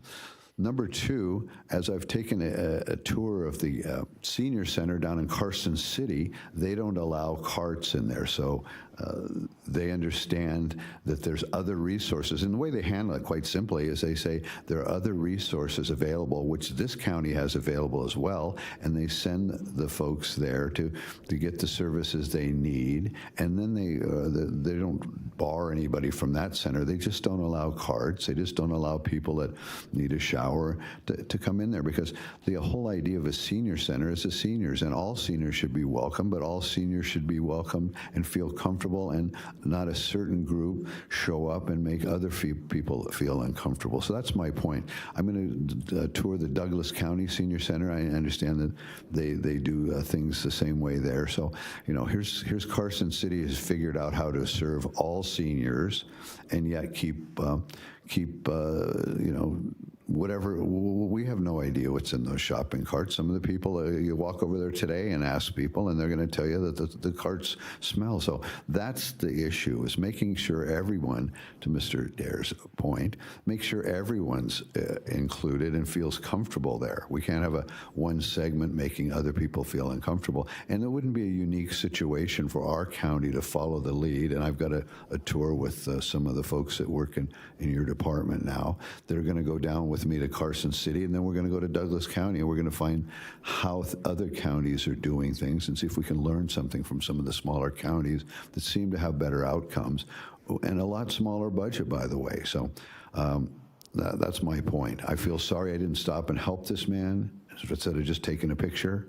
And again, these are other counties that are handling this, and I'm worried about the overflow and the crossover between the lane of homeless CARES campus and just straight up senior center. I don't think the two should be in the same category. You have a no barrier shelter. Now are we going to have a no barrier senior center? Okay, does that mean we're dumbing down the senior center? It might be harsh words to you, but that's how the people feel about it, and I'm going to report that. Thank you. Thank you, Ms. Cersei. Any other board comments? I'm not seeing any. I know we probably have a lot of public comment at the end of this meeting, but I just wanted to ask that now that, and I wanted to announce this to the board and the community, Ms. Cersei is now in charge of the Our Place campus, and so I look forward to seeing those numbers and that low barrier expectation for a shelter happening there as well, because I know that that is some of the concern that we're hearing from the public on women and children, and getting some more information on our families and how we can help with those families. I didn't know that there was such a large waiting list for our families, and I don't know where they are while they're waiting. And I will just say the housing numbers are incredible. And that's because we're committed to case working staff, and that has been built into the county's general fund budget. And that is why you commit to staffing levels, because it makes a difference. If you have just a few people working on housing for 1,400 people, then you're not going to see these numbers. But if you have a 1-to-30 ratio, these are the outcomes that are so incredible. And I think that permanent supportive housing coming online and helping seniors, helping our disabled folks who live in the CARES campus, who many of them, everyone has a different story. And I think so to, ensure that we respect where people are coming on their journey for homelessness, that's a very important part of what we're doing. The one question is on working on getting folks insured. You have that 29% are uninsured, and my understanding is that we're also working to be reimbursed by insurance. If you could just touch on that really quick for the community and the board. Absolutely. So that number is when individuals come into campus. That would be one of the first things that a case manager is working to do. Great. Set up those insurance partnerships and all benefits that someone would qualify for. And I apologize, the second question. And aren't we accepting insurance from reimbursements for the campus? We are working on that. We did announce to our board just about, 3 weeks ago now. We did receive approval from the state to be a Medicaid provider, and so the county will be setting up reimbursements from Medicaid at the campus and try to work on rejuvenating some of those funds. That's incredible news, and a big deal for our campus. And I do stop for folks that I see on the side of the road and talk to them about the CARES campus. I give them a snack and a bus pass and ask them about their experience. And folks who came early to the campus, they are resistant to coming now. And it's a difference from when you came when it was just open and there were so many people and we didn't have the staffing, to what is happening today. And I think just figuring out how we can continue to talk about the great things that are happening at that campus, because we all on this board have a responsibility to be leaders and say, this is a safe place. This is a place where we are housing people first. This is a very low barrier shelter, and we are going to support you on your housing journey. That's what I'm telling everyone who I stop and talk to. So thank you for your hard work, and I appreciate the leadership of this board to support the county and the work that we're all doing together. Any other questions from the board? Commissioner Clark. Thank you, Madam Chair. I've got a question. Is there plans to have a senior wing at the CARES campus, number one? And number two, is there plans to have a senior wing at our place? My understanding is our place does have a senior area, correct, Ms. Searcy? They do. They have a specific Yes. area that's completely separate from everything else. I will get you information on that and the capacity. And specifically to our place, to the CARES campus, there is plans to move individuals who are more vulnerable into a separate space. I would say that not all seniors would be considered more vulnerable. Many of our group of people who like to cause some mayhem would also be in that senior group. So we've had some robust conversations about that. And not just, yes, seniors, but also those with disability and anyone else who would fall in a more vulnerable situation. We've met with the gang units from the jail to talk through how to safely keep that many individuals in an area where they all need to be able to receive the same services and still feel safe and separate, to have separate spaces within a larger campus. So there's lots of conversation, and I would say that was many months ago, over a year ago, that we met with them, but I think it brought to light some things about the campus that are difficult to navigate when you're talking about 15 acres and allowing everyone the same access. So we were able to learn some from that too. Sure. Thank you. There, just in my mind, there just has to be something that separates a no bounds or no entry level that you have there at the CARES campus. I'm not sure exactly the correct term. Low barrier. The low barrier aspect of the CARES campus is fine for the CARES campus, but I don't think that the low barrier should apply to other Washoe County programs for everyone else at any other level. So we have standards at other places, and those need to be held up. But I've seen the CARES campus. I've had several tours with you. I'd like to continue doing that and watch the work in progress. So hopefully we can make arrangements to do that and have other people on this board and other commissioners watch the progress monthly, every 2 weeks, every 2 months, whatever it is. But I'd like to see that, be there and see that with my own eyes and walk around and get a sense of what's taking place. So thank you. I appreciate that comment, and I would add, we work with over 40 different programs in the region that are not low barrier programs. And so if seniors are on campus or anyone who's on campus can qualify for those other programs, we are constantly in a process of moving people out. The campus is the last place that we want anyone. Smaller nonprofit run or county run programs is definitely attractive for a lot of the people who come to the campus, and case managers are constantly working through that process. What benefits do you have? What benefits do you qualify for? Let's get you set up. Can you get to a different program with either different rules and regulations, a different environment, or treatment, that kind of thing. I love that point, Ms. Searcy, and I think we really need to spread the word as community members and as board members to talk about we need you to go to the CARES campus so we can get you with a caseworker, but you may not end up staying there. This is the way that we connect you to services that you cannot otherwise be connected to. So spreading that word is very important. And I do want to also commend you and your team. You received a Built for Zero grant from Community Solutions, and Community Solutions, they have received a MacArthur Genius Grant Award because they are doing best practices for homeless services and spreading those throughout the nation. And there was a public commenter who said, we're not following best practices, but we would not have received that Built for Zero grant if we were not. And so I commend you and the team, and it's hard work. And we want to support you. So thank you for your time. Thank you. Okay, we are now on to item 9.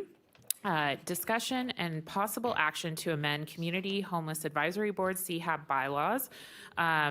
This is to provide that the CHAB will ensure meetings comply with open meeting law and that the meeting locations will provide reasonable access and accommodations for public, and also to amend to provide regular meetings of the CHAB will be held at the discretion of any member of the board through the chair and will be noticed with at least 13 days written prior to each member of the CHAB. Now that is for possible action, and did everyone receive the bylaws? And I think that the clerk has Madam the Chair, amendments. I do have the amendments that will be distributed to the board and placed on the record. Thank you, Madam Clerk. Wonderful. And Ms. Searcy, do you want to walk us through this, just if there's any additional information we need to know? Yes, may I have the overhead, please? And I do not believe there is anything, thank you, any additional information to know. This was at the request of this board to amend the bylaws to reduce requirements that were listed in here. The first item on here is just some cleanup. It will read, the CHAB shall ensure compliance with open meeting law. And then the second one is about the ability to meet as you desire. Any member can call a meeting, and just removing the requirement to meet on a quarterly basis. Great. Any questions from the board? Yes, Councilman Dare. I just want to remind, and I say this, we have some new members on this board and new vice chair and all that stuff. When we created this board, it came from a board of just one from each jurisdiction, and the real ultimate goal was to bring collaboration, working together, because it was something that we all thought was important and valued. And I say that as we meet, I know that for a season we have very much focused on CARES Campus. This is what we talk about all the time. But I do want to just encourage us as we look at this, that this was created and these bylaws were put together for the larger purpose of making sure that we are looking at the region, that we are including others. And so I know that we can have these meetings as we would like, and I appreciate that. But I want to just say that my intention of being a part of this from the beginning, like I said, I think it's fun, my signature's on the back of that, so Yep. I can say this pretty clearly, was so I could hear from our community and the efforts of our nonprofits as well. And so even if we have a time where we're not, CARES Campus does not have an update, I think that's okay. That doesn't always have to be, but they are a big, very large partner to this. And so just something to keep in mind, and I support changing this, that's fine. But I would not, I hope that we don't just meet when we feel like we have an update from the CARES Campus, because I know you guys have so much going on, but there are so many other pieces to the puzzle. And I think you have a lot of wisdom to what you are saying, because I feel very caught up with what we are doing at the CARES Campus and our place and all the other county services, because I'm talking to staff all the time and living it in a very, deep way, and as part of my work as a commissioner. But even talking to members of the community lately, I feel like they do not know what we're doing. And so I do think there's a wisdom to meeting more often and ensuring the great news and the great work that Dana and her team are putting forth for our most vulnerable people is out there, because I think there are misperceptions and still some thoughts of how the campus was when it first was started during the depth of COVID. So I appreciate your wisdom and you pushing on this board to meet more often. So I agree with you. And I know I'm a skipping record, but I will keep saying it over and over. But I would say this to the community out there that are doing this work. It helps us to hear what you're doing, so we even know how to partner with you, even as a city. I mean, as a city council member, maybe it's not even part of this group that we do that, but I love hearing about the different things that people are doing, the original approaches, because we have so many original people doing different things. So anyway, with that said, thank you. I appreciate your comment, but I would not mind taking the time to meet a little more often. Okay. It doesn't necessarily mean it needs to be every month, Right. But at the same time. Yeah, make sure the good news is getting out there, and concerns with the community, and I think we've addressed a lot of those today. Do you have anything, Mayor Lawson? Just gonna, I was able to go, I went to the Nevada League of Cities Conference in Las Vegas, and I gave my speech for the group on homelessness and what we're doing in in Washoe County. And it was amazing to me that the cities in the south of Nevada that had no clue what we're doing. They had no clue that they're a population of 3 million people. They have 165 beds. I mean, what we're doing here is so much bigger. And the Built for Zero program, and I go back to this, we're not perfect, for sure we're not perfect. And we're not we're not to the finish line, but we are so much further ahead than so many other communities that I'm very proud of that fact. And as Mr. Dare said, this was put together, this board was put together out of the fact that, I am dealing with a population, well, I only accept square pegs and square holes, and I only accept round pegs and round holes, and I only accept triangles. Well, I got a triangle shows up to a square peg, how come we're not talking to each other? And that was our ultimate goal in the beginning, was getting everybody to talk to each other. So there's still over 700 beds out there that have some type of barrier to get into that are open today, that we could be filling those beds if we work together. So for me, that's the passion in all of this. It's, I'm just been very proud of what we've accomplished in a short amount of time.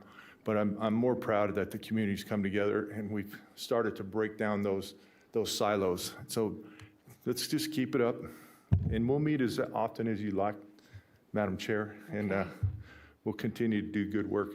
And your staff is, I'm just impressed, very impressed. Dana, you've done a great job, and at every turn, you're always available.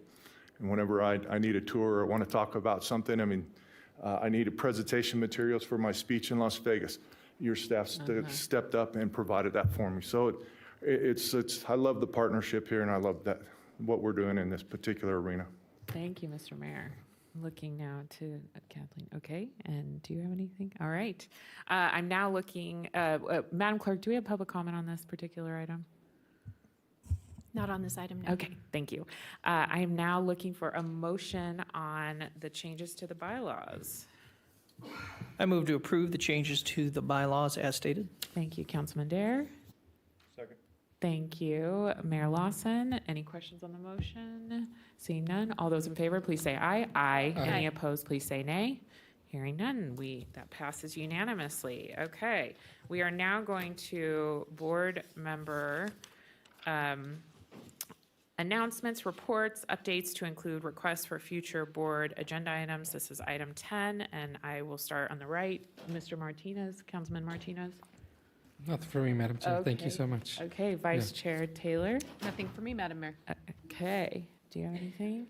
And no, and Commissioner Clark, do you have anything? For item 10, announcements, reports? No. Okay. With that, looking forward to including our place figures at our next report, and I'll be in touch when that next meeting comes up. And now, Madam Clerk, we will look at public comment. Comment to be heard under this item will be limited to 3 minutes per person and may pertain to matters both on and off the board agenda. Comments are to be made to the board as a whole. Do we have any public comment? We do, and if there's anybody who would like to public speak and you have not signed in, please pick up a card in the back of the room and bring it to me so I can call your name. First up, we have Jack Haddock, followed by David Desmond. Jack Haddock. Okay.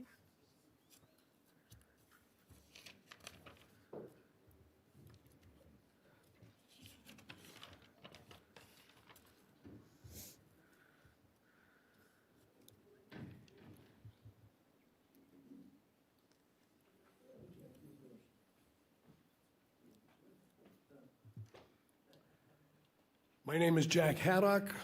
I'm a lifelong Renoite. I have been in the service clubs for over 50 years. And we've always looked for projects to make our community better. Recently, we worked with Project 150, which helps the homeless high school students. We had a very successful coat drive, and we prepared 250 knapsacks for them to go to school and then filled up their knapsacks. Now, my friend here, Dave, lives at the care center. And I came in contact with him, and I saw an opportunity for service with that group. We started a small effort by taking some gifts. One of the things that he found that they needed was things to play with. So we took them Sudoku books, we took them coloring books and crayons. They needed to take notes. We brought them paper and pens. We brought them skin cream, they loved that, lips, chapstick, things like that.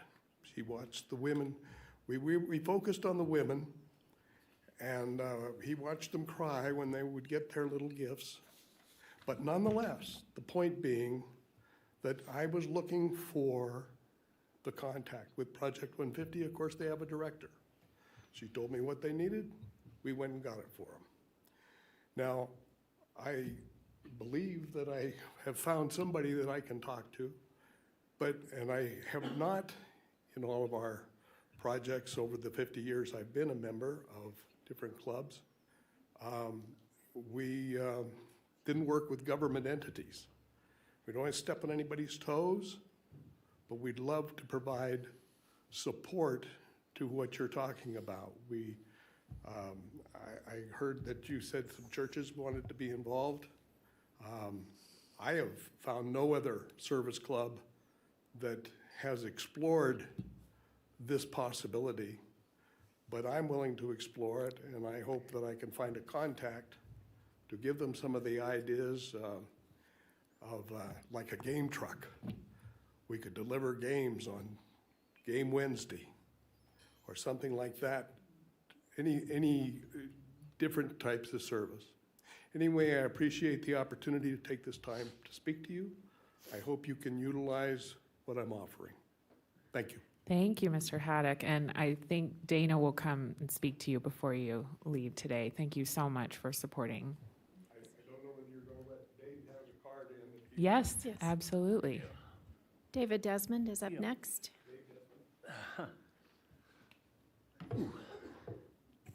My name's David Desmond. I'm a friend of Jack Haddock's for over 45 years. I had the opportunity to stay at the shelter the first time in over 60 years of my life. Since November, it's been a privilege and an honor to stay with all facets of life, from high IQs to people that probably like me, half a dummy, but they're very beautiful people. But, and all the things that have been said today, the whole gamut are true, from good to bad to ugly to outrageously beautiful. What we're trying to do is get some funding to buy gifts for the ladies. Being that a lot of the times the women won't leave the shelter, they're afraid to. They don't have any money. The men intimidate them. And they stay there. When we bring gifts, it puts a smile to their face and gives them a little oomph. You know, we don't have the money to get them in their own place. And what we're doing is just getting gifts. And we need help, because even though Jack's a retired banker, I just can't squeeze any more money out of him. So anybody that can contact Jack Haddock through the Mason Lodge that can donate to help this funding, it would really be a joy. And it isn't going to solve any of the problems that are monumental, regardless of what our politics are or, you know, how we view it after today or before today. But we can just provide joy to people, you know, put a smile on their face. And that's what we're about, and we'll continue to be. Thank you for your time, and Ms. Cersei, all of you here have said beautiful things, and the public too. And I want to encourage people to get involved and do whatever they can here, regardless if they can talk publicly or not. Thank you. Absolutely. Thank you so much. And we really appreciate your efforts to support the women at the CARES campus. So we'll see what we can do to help further those efforts. Thank you, ma'am. Thank you. Next up, we have Kristen Gordon, followed by Tristna Olson. Kristen Gordon?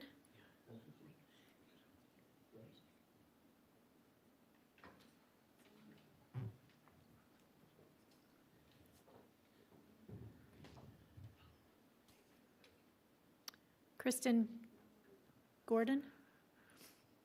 Tristna Olson? It's Tricia.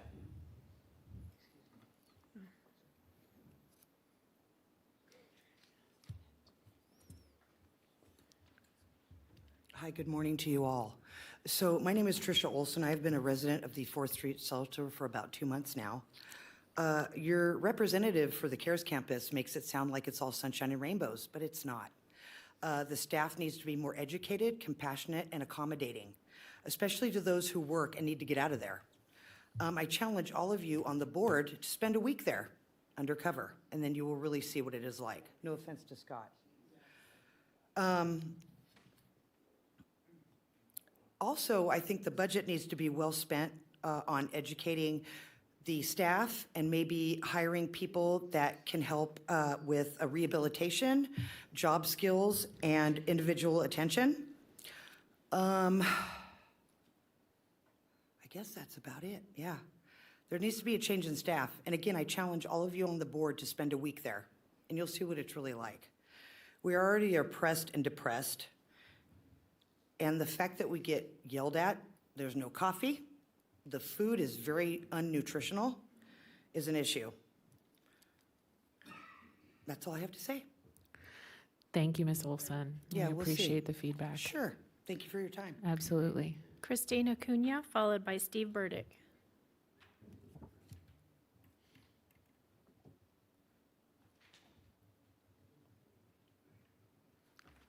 Hi, my name is Christina Acuna, and I'm here to talk about maybe opening up a homeless campground, because there are a lot of people that just do not want to go into the shelter.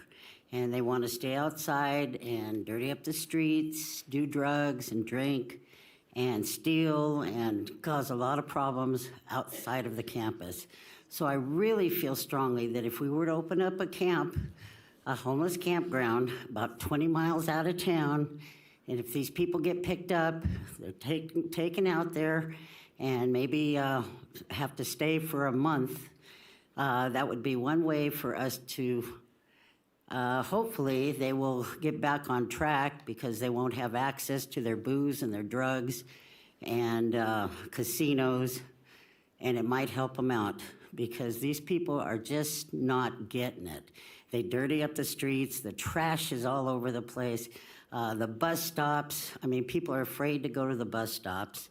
The parks, you know, you're afraid to take your kids to the park because you've got people over there with their needles and booze. And so I really think that we ought to think about a campground for the homeless. And that's where the carts will go. That's where people want to set up their tents. Fine. But it's time to get them off the streets here. And hopefully they'll get some help and then they can go back into the shelter and maybe get their lives back in order. But 20 miles out of town would be great because enough's enough seeing them on the streets. Thank you. Thank you very much. Steve Burdick, followed by Randy Pazer. Steve Burdick. Randy Pazer.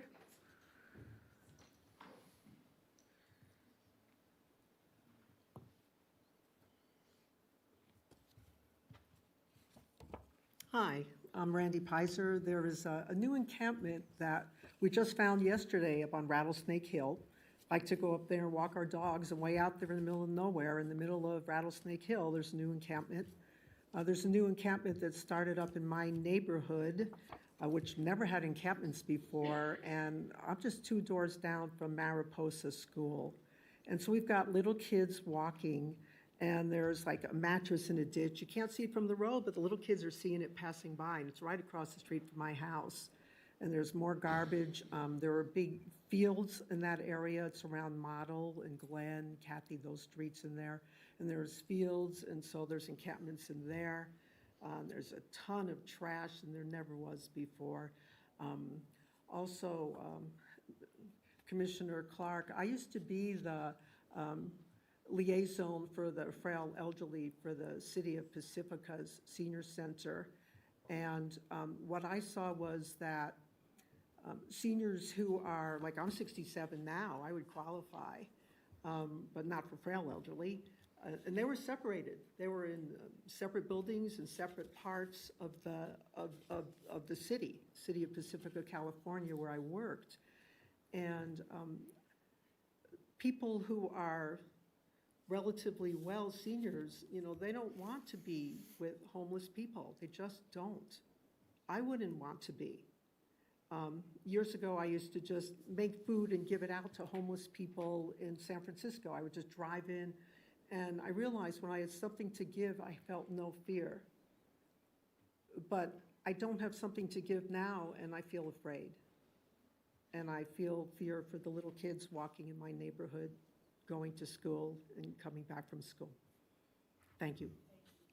Terry Kenny, followed by Teresa Bacon. Thank you for that information, and we'll take a note and see what we can do to get resources out there.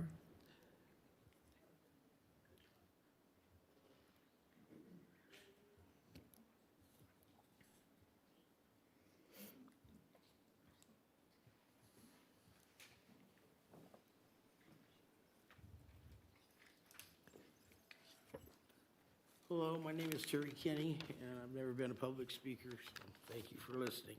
I have a few remarks about the shelter itself and maybe suggestions maybe you could do with whatever you can. However, earlier there was a statement made that there is no transportation from or to the senior center. There is a VOA shuttle that goes Monday, Wednesday, and Friday at 10:30 a.m. for the record. And I've been there 4 months. As of today, I've accomplished quite a bit with the social worker I've got everything taken care of. I've sealed my case. She said, you can seal it. And I said, well, I'm going to pay that, which I didn't want to pay. I made myself homeless. I paid it, $1,304. So we got it paid, and I've got that sealed. So I'm waiting on some help to find the housing where they want to put me. And then the other night, I was accused of inciting a riot, basically, at the shelter because I told them about this meeting, the women. So the worker decided to go out and make a big issue. The other worker she was working with said, it's not a big thing. And so she went down and got the supervisors, and they didn't take the time to find out what really went on. So the women are going, we're not fighting with each other. We're not arguing. She hasn't said anything wrong. She's telling us who can help us. You know, I said, you can voice your opinion here. Okay, so anyways, I heard that she wanted, before she went and got the other staff, that she wanted to get me kicked out of my cubicle. And I haven't been in any problems for 4 months that I've been there. So it's making me nervous too. The food comes from Catholic Charities. VOA does not pay for that. VOA doesn't pay for much more than their salaries. The air blower decks have a lot of dust and dirt, and I don't know if that's county responsibility. We're not quite sure how this works. And now I just recently heard that VOA is also a church. I didn't know that. I'm not understanding the Constitution there with the government and the church. Okay, we feel that the dorm staff employees should be randomly drug tested because there's not only drugs on campus, which I'm sure they can't prevent, there was also a death in the bathroom, in the men's bathroom, of a young man overdosing, and staff too. Without high school educations, they're ex-drug addicts themselves that are working there, which everybody deserves a job.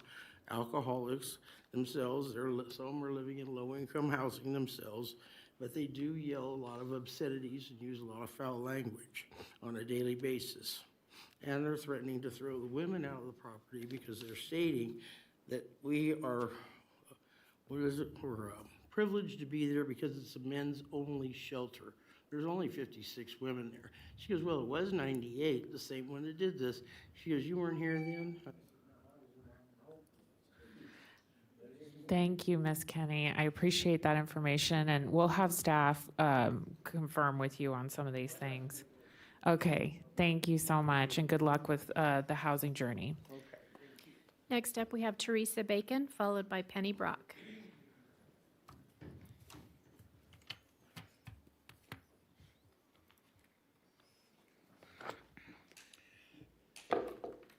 Hello, my name is Teresa Bacon.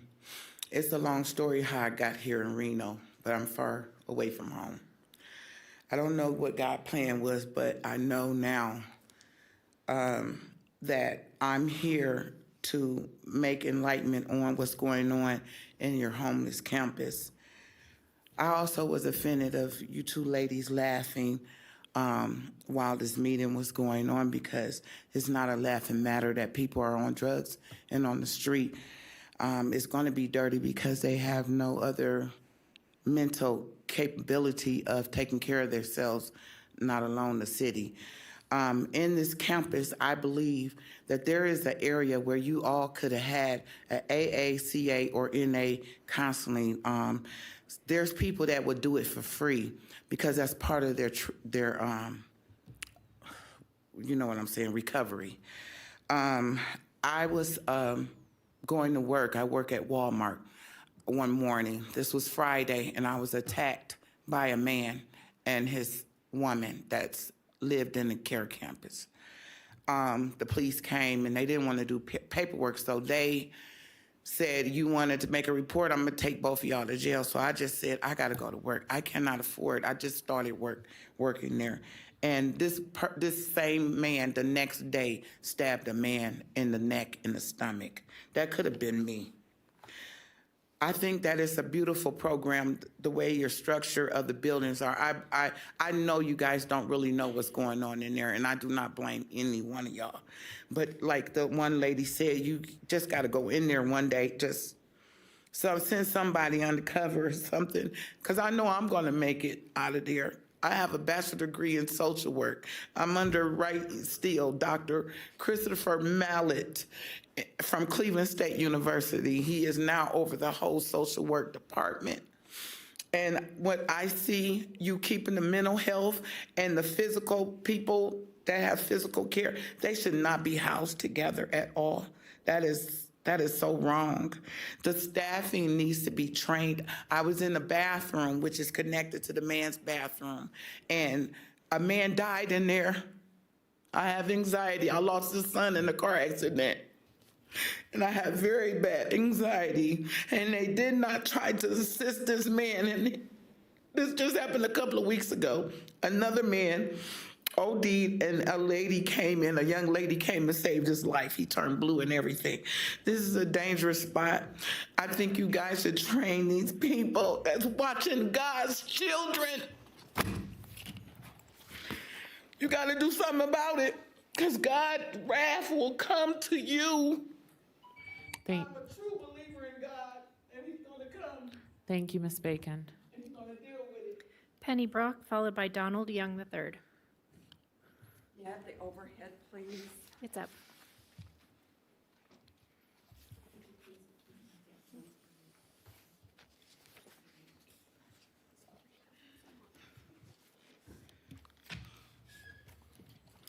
Outside of CARES campus, recent picture.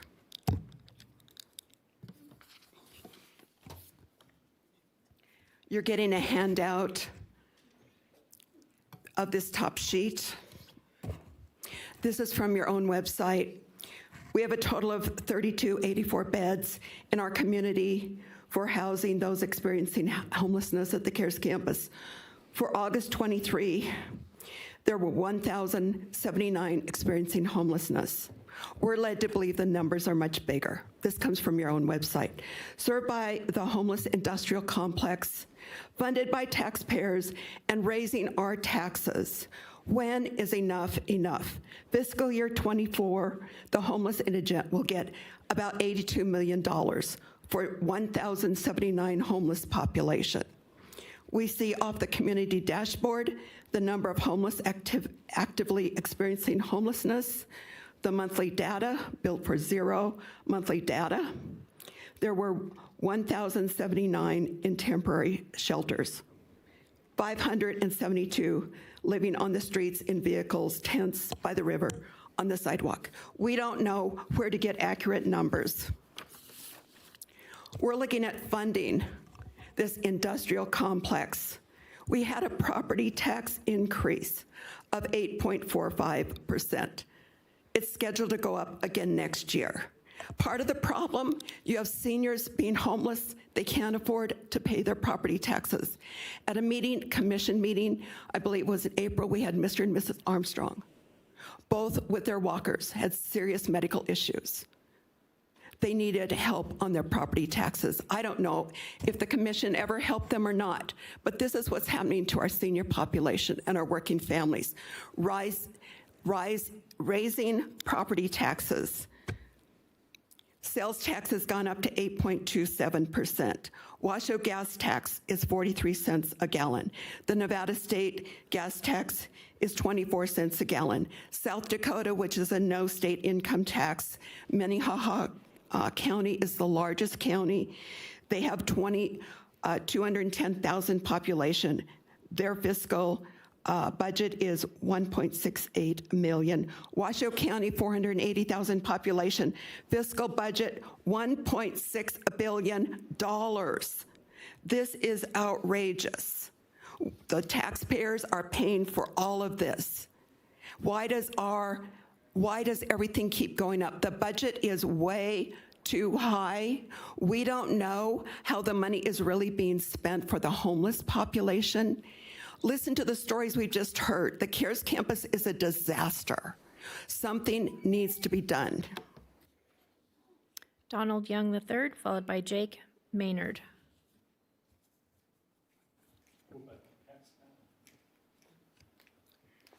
My name is Donald Young III. I'm a credentialed journalist.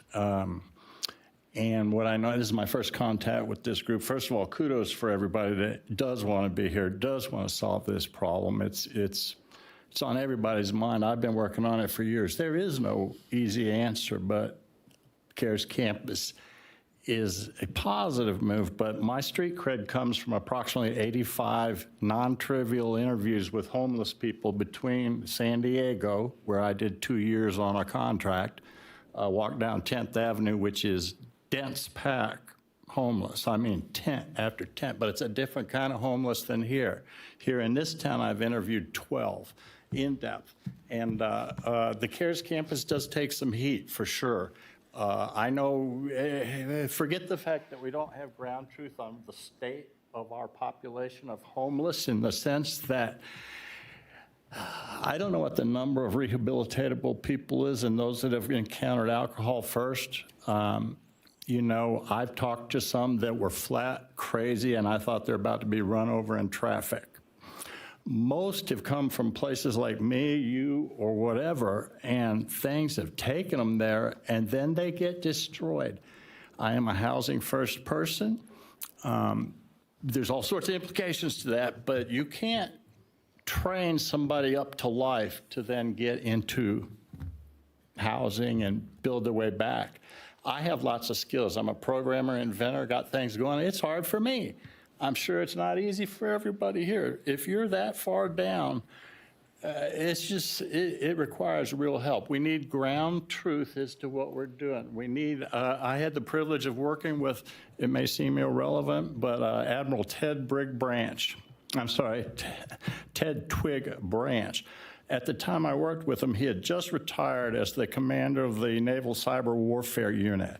It sounds irrelevant, but it isn't. This is a battle, and the first thing, if you read his papers, is a battle surface, okay? It's like a room with a big map of a dang town in it that actually has activity going on it so that you can know what your enemy is. Was in charge of protecting us from Russia, China, all sorts of hacking. His writings start with the battle surface. We're all in different areas, 3-month meetings. I've had arguments with Washoe back in the Washoe days about quarterly meetings. I was like, we'll be done by 2064. We really need a single battle space location where people come and go, where there's some real-time activity in terms of placing people, helping them, but they are not the population completely being described here that I've run into in my interviews. 3 people concerning CARES Campus. They were all early ones, so I do accept the argument. Thank you, sir. Your time is up, but but Well, I just want to, we need a battle surface. We need a place where people come and go in real time. I can give you several locations. You probably have locations. okay. Thank you, sir. Absolutely. Pass off your information to our staff and we'll follow up with you. Next up, we have Jake Maynard, followed by Bill Sims.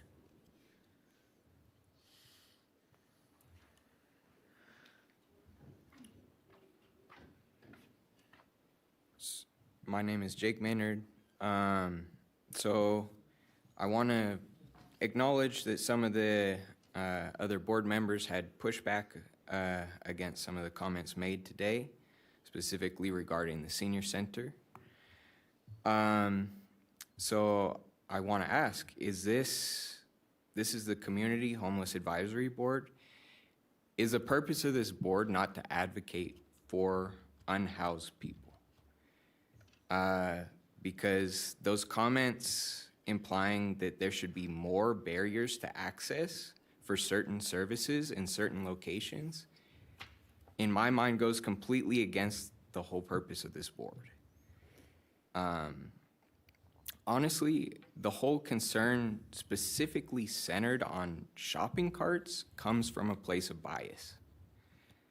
And by stating that in a public meeting, you only further perpetuate that bias. People use shopping carts because they don't have any other options. It's a way to transport their personal belongings, oftentimes belongings that literally keep them alive.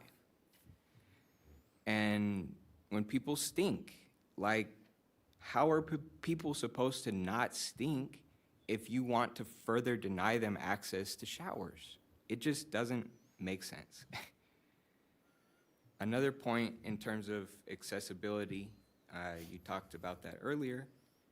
I just want to ask, like, why do people at the shelter not know about these meetings?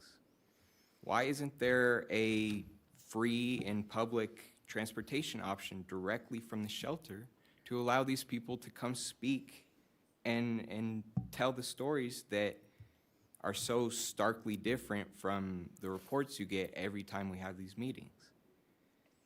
Because the stories are completely different from the people that are on the ground living in these conditions. And those are the people who need to be here expressing the problems that they're currently living under. So I would encourage you all on this board, I know you have the power to do that, so I would encourage you to do that. That's it. Thank you. Thank you. Bill Sims, followed by Lily Barron.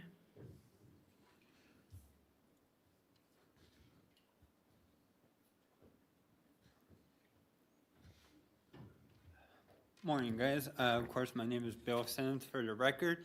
And I just wanted to come back up because after hearing some of the public comments made and some things that have been said from you guys, I had a couple more thoughts. So it seems to me if people really are valued in the community, then Washoe County could be working with the city to fix a non-functioning elevator and a leaky roof to actually help our homeless community with families that need it. Something else I wanted to point out is just because a senior citizen might be homeless doesn't mean they're not a member of the community that shouldn't be able to use a senior center without judgment. And to a comment that was made publicly, I just wanted to say that people aren't cattle who need to be herded 20 miles out of the city because homeless people make you uncomfortable. And the reason why I say that is because decades ago, I would have been thrown in an insane asylum for nothing more than being disabled. Nothing more. So my position on that is no matter what someone's life circumstances are, whether they're disabled, they're a senior citizen, they're homeless, they use a cart to help them get their things around, it's not my damn job to make you feel comfortable about my situation. My job is to get by in life. Your job is to grow up and accept that not everyone has the same exact situation as you. So no, people don't need to be herded 20 miles out of the city because you don't like the situation that they're in. And so I just really hope that after everything that has been said today and comments made, I really hope that most important right now, you guys do look into making sure we have everything that we need to help our houseless community out as winter does approach. And I really hope that you guys will come up with a visual plan, a detailed plan, and work with the advocates in the community to make sure that we have what the houseless community needs to make sure we don't have anyone end up dead during the winter, because we had resources to get that dealt with so that that doesn't happen, and I hope we do that. Thank you. Thank you. Lily Barron, followed by Natalie Handler.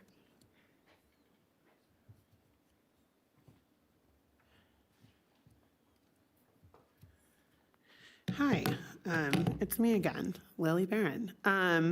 So I only have 3 minutes, although again, I'm very, very available and try oftentimes to meet with all of you about this, and I have a wealth of knowledge that I just can't wait to share with you. One thing I would like to correct for the record is that in Las Vegas, they have the following availabilities for shelters: Catholic Charities for Men Only, Courtyard Homeless Resource Center, Rescue Mission for Men Only, Rescue Mission for Women and Children, Salvation Army for LGBTQ+ community only, Salvation Army for Men, and Salvation Army for women. They have many different options, and no, they don't have only 150 beds. So on the record, that's completely false. Secondly, perhaps the contributing factor to these things being so stark, the difference between the people who are actually residents and your reports, is because the office that is supposed to be controlling this is all the way downtown in Reno, and the nicest office I've ever seen, much nicer than the offices in city of Reno, at least. It seems a little bit silly to have a palatial, beautiful office overlooking the river that is supposed to be dealing with people that are all the way almost in Sparks. So maybe being inside of the campus doing your job would help dispel some of the myths and some of the things that go on. However, I know that from direct conversations with a lot of you, it doesn't really matter how much evidence you're presented with. I'm often gaslit or told these things aren't happening. So I'm really thankful to the members of the community that live and cares for coming down today to be the voice of the directly impacted, which is the voice you should be listening to. And if I remember correctly, there was supposed to be a member with lived experience that is living on the CARES campus on this board. At the beginning of, at the inception of this board, there was supposed to be someone with lived experience. And I think that someone who's a resident with a bachelor's degree in social work is a great candidate. And I'm pretty sure that she has much more knowledge than even I have about the situation right now. So if we want to solve the problems, let's make a concerted effort to do so. Next quarter, you will have many deaths to speak about. So I think that it should be agendized that you meet bi-weekly or at least monthly until you get that figured out. The only data point that you need to be worried about to show whether you have successes or failures is the fact that you doubled the amount of deaths outside. So between 2022 and 2021, when you poured another $40 million into this project, you doubled the amount of deaths of people outside. That's the data point. That's it. That shows the success, which is not a success. You will have more. Someone died outside of my house the other day. Someone was turned away from Eddie House the other day, overdosed in the park right after that. You heard about an overdose in the bathrooms recently. People are dying left and right, and it is no longer acceptable to say that these are solutions that are working. They are not. People are literally dying. You have to do something about it. I will drop everything and anything to meet with any of you about any of this at any time. Please. Natalie Handler.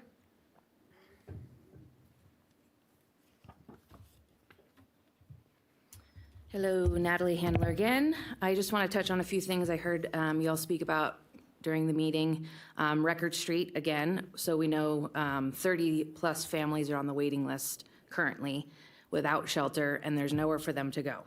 Record Street can be a solution. I don't know that it's fair for Kathleen Taylor to ask Monica Conkrin, who does great work with the Reno Housing Authority, what the building assessment is. I would like to see an actual assessment of what those repairs would cost and what it would take to get it up and running for women and families, because I think that that's a resource we absolutely need to be tapping right now. And so I'd like for you all to agendize and speak more about that and kind of dig into that. I know that I think in the last year or two, there was about 30 veterans living in that building, so I don't see how all of a sudden it's not able to be utilized. So I'd like for you to check in on that. Also, it was asked if last winter the overflow and warming center was ever at capacity, which it was not, but that doesn't mean that there's not a need for more warming centers across the region. People cannot make it to CARES campus. Some people are not permitted on the property or don't feel safe, and so we need more warming centers, and I don't think anyone came back and discussed that at this meeting, so I hope that you can prepare, like we asked, by October 1st, the advocates and the community at large with other warming centers that will be open across the region. It's just necessary, and we also need transportation. People are in wheelchairs, W amputees, seniors, people without shoes, and they can't be walking through the snow to get a mile and a half from the downtown core to get to the CARES campus to utilize that resource. If it even is open by December 1st, sometimes things take longer than projected. Another thing that we saw in social media on the Reno Housing Authority website yesterday was that the SWAT team is using Reno Housing Authority houses to do training, which is shameful because, once again, people are on years-long waiting lists to access this housing. Why are we using it for SWAT teams to bust in the doors and windows, and who is paying to fund that? Where is that funding coming from Can we do that somewhere else or not at all? I think that is about it. Oh, pit count. I believe that the pit count does not include deaths, and those deaths should be recorded in the pit count. It matters. Yeah, please continue to work on all this, and we hope to see some results for the winter by October 1st. Thank you very much. Thank you. There's nobody else signed in. Okay, well, thank you all for coming out, and thank you to the board for a great meeting. We are adjourned.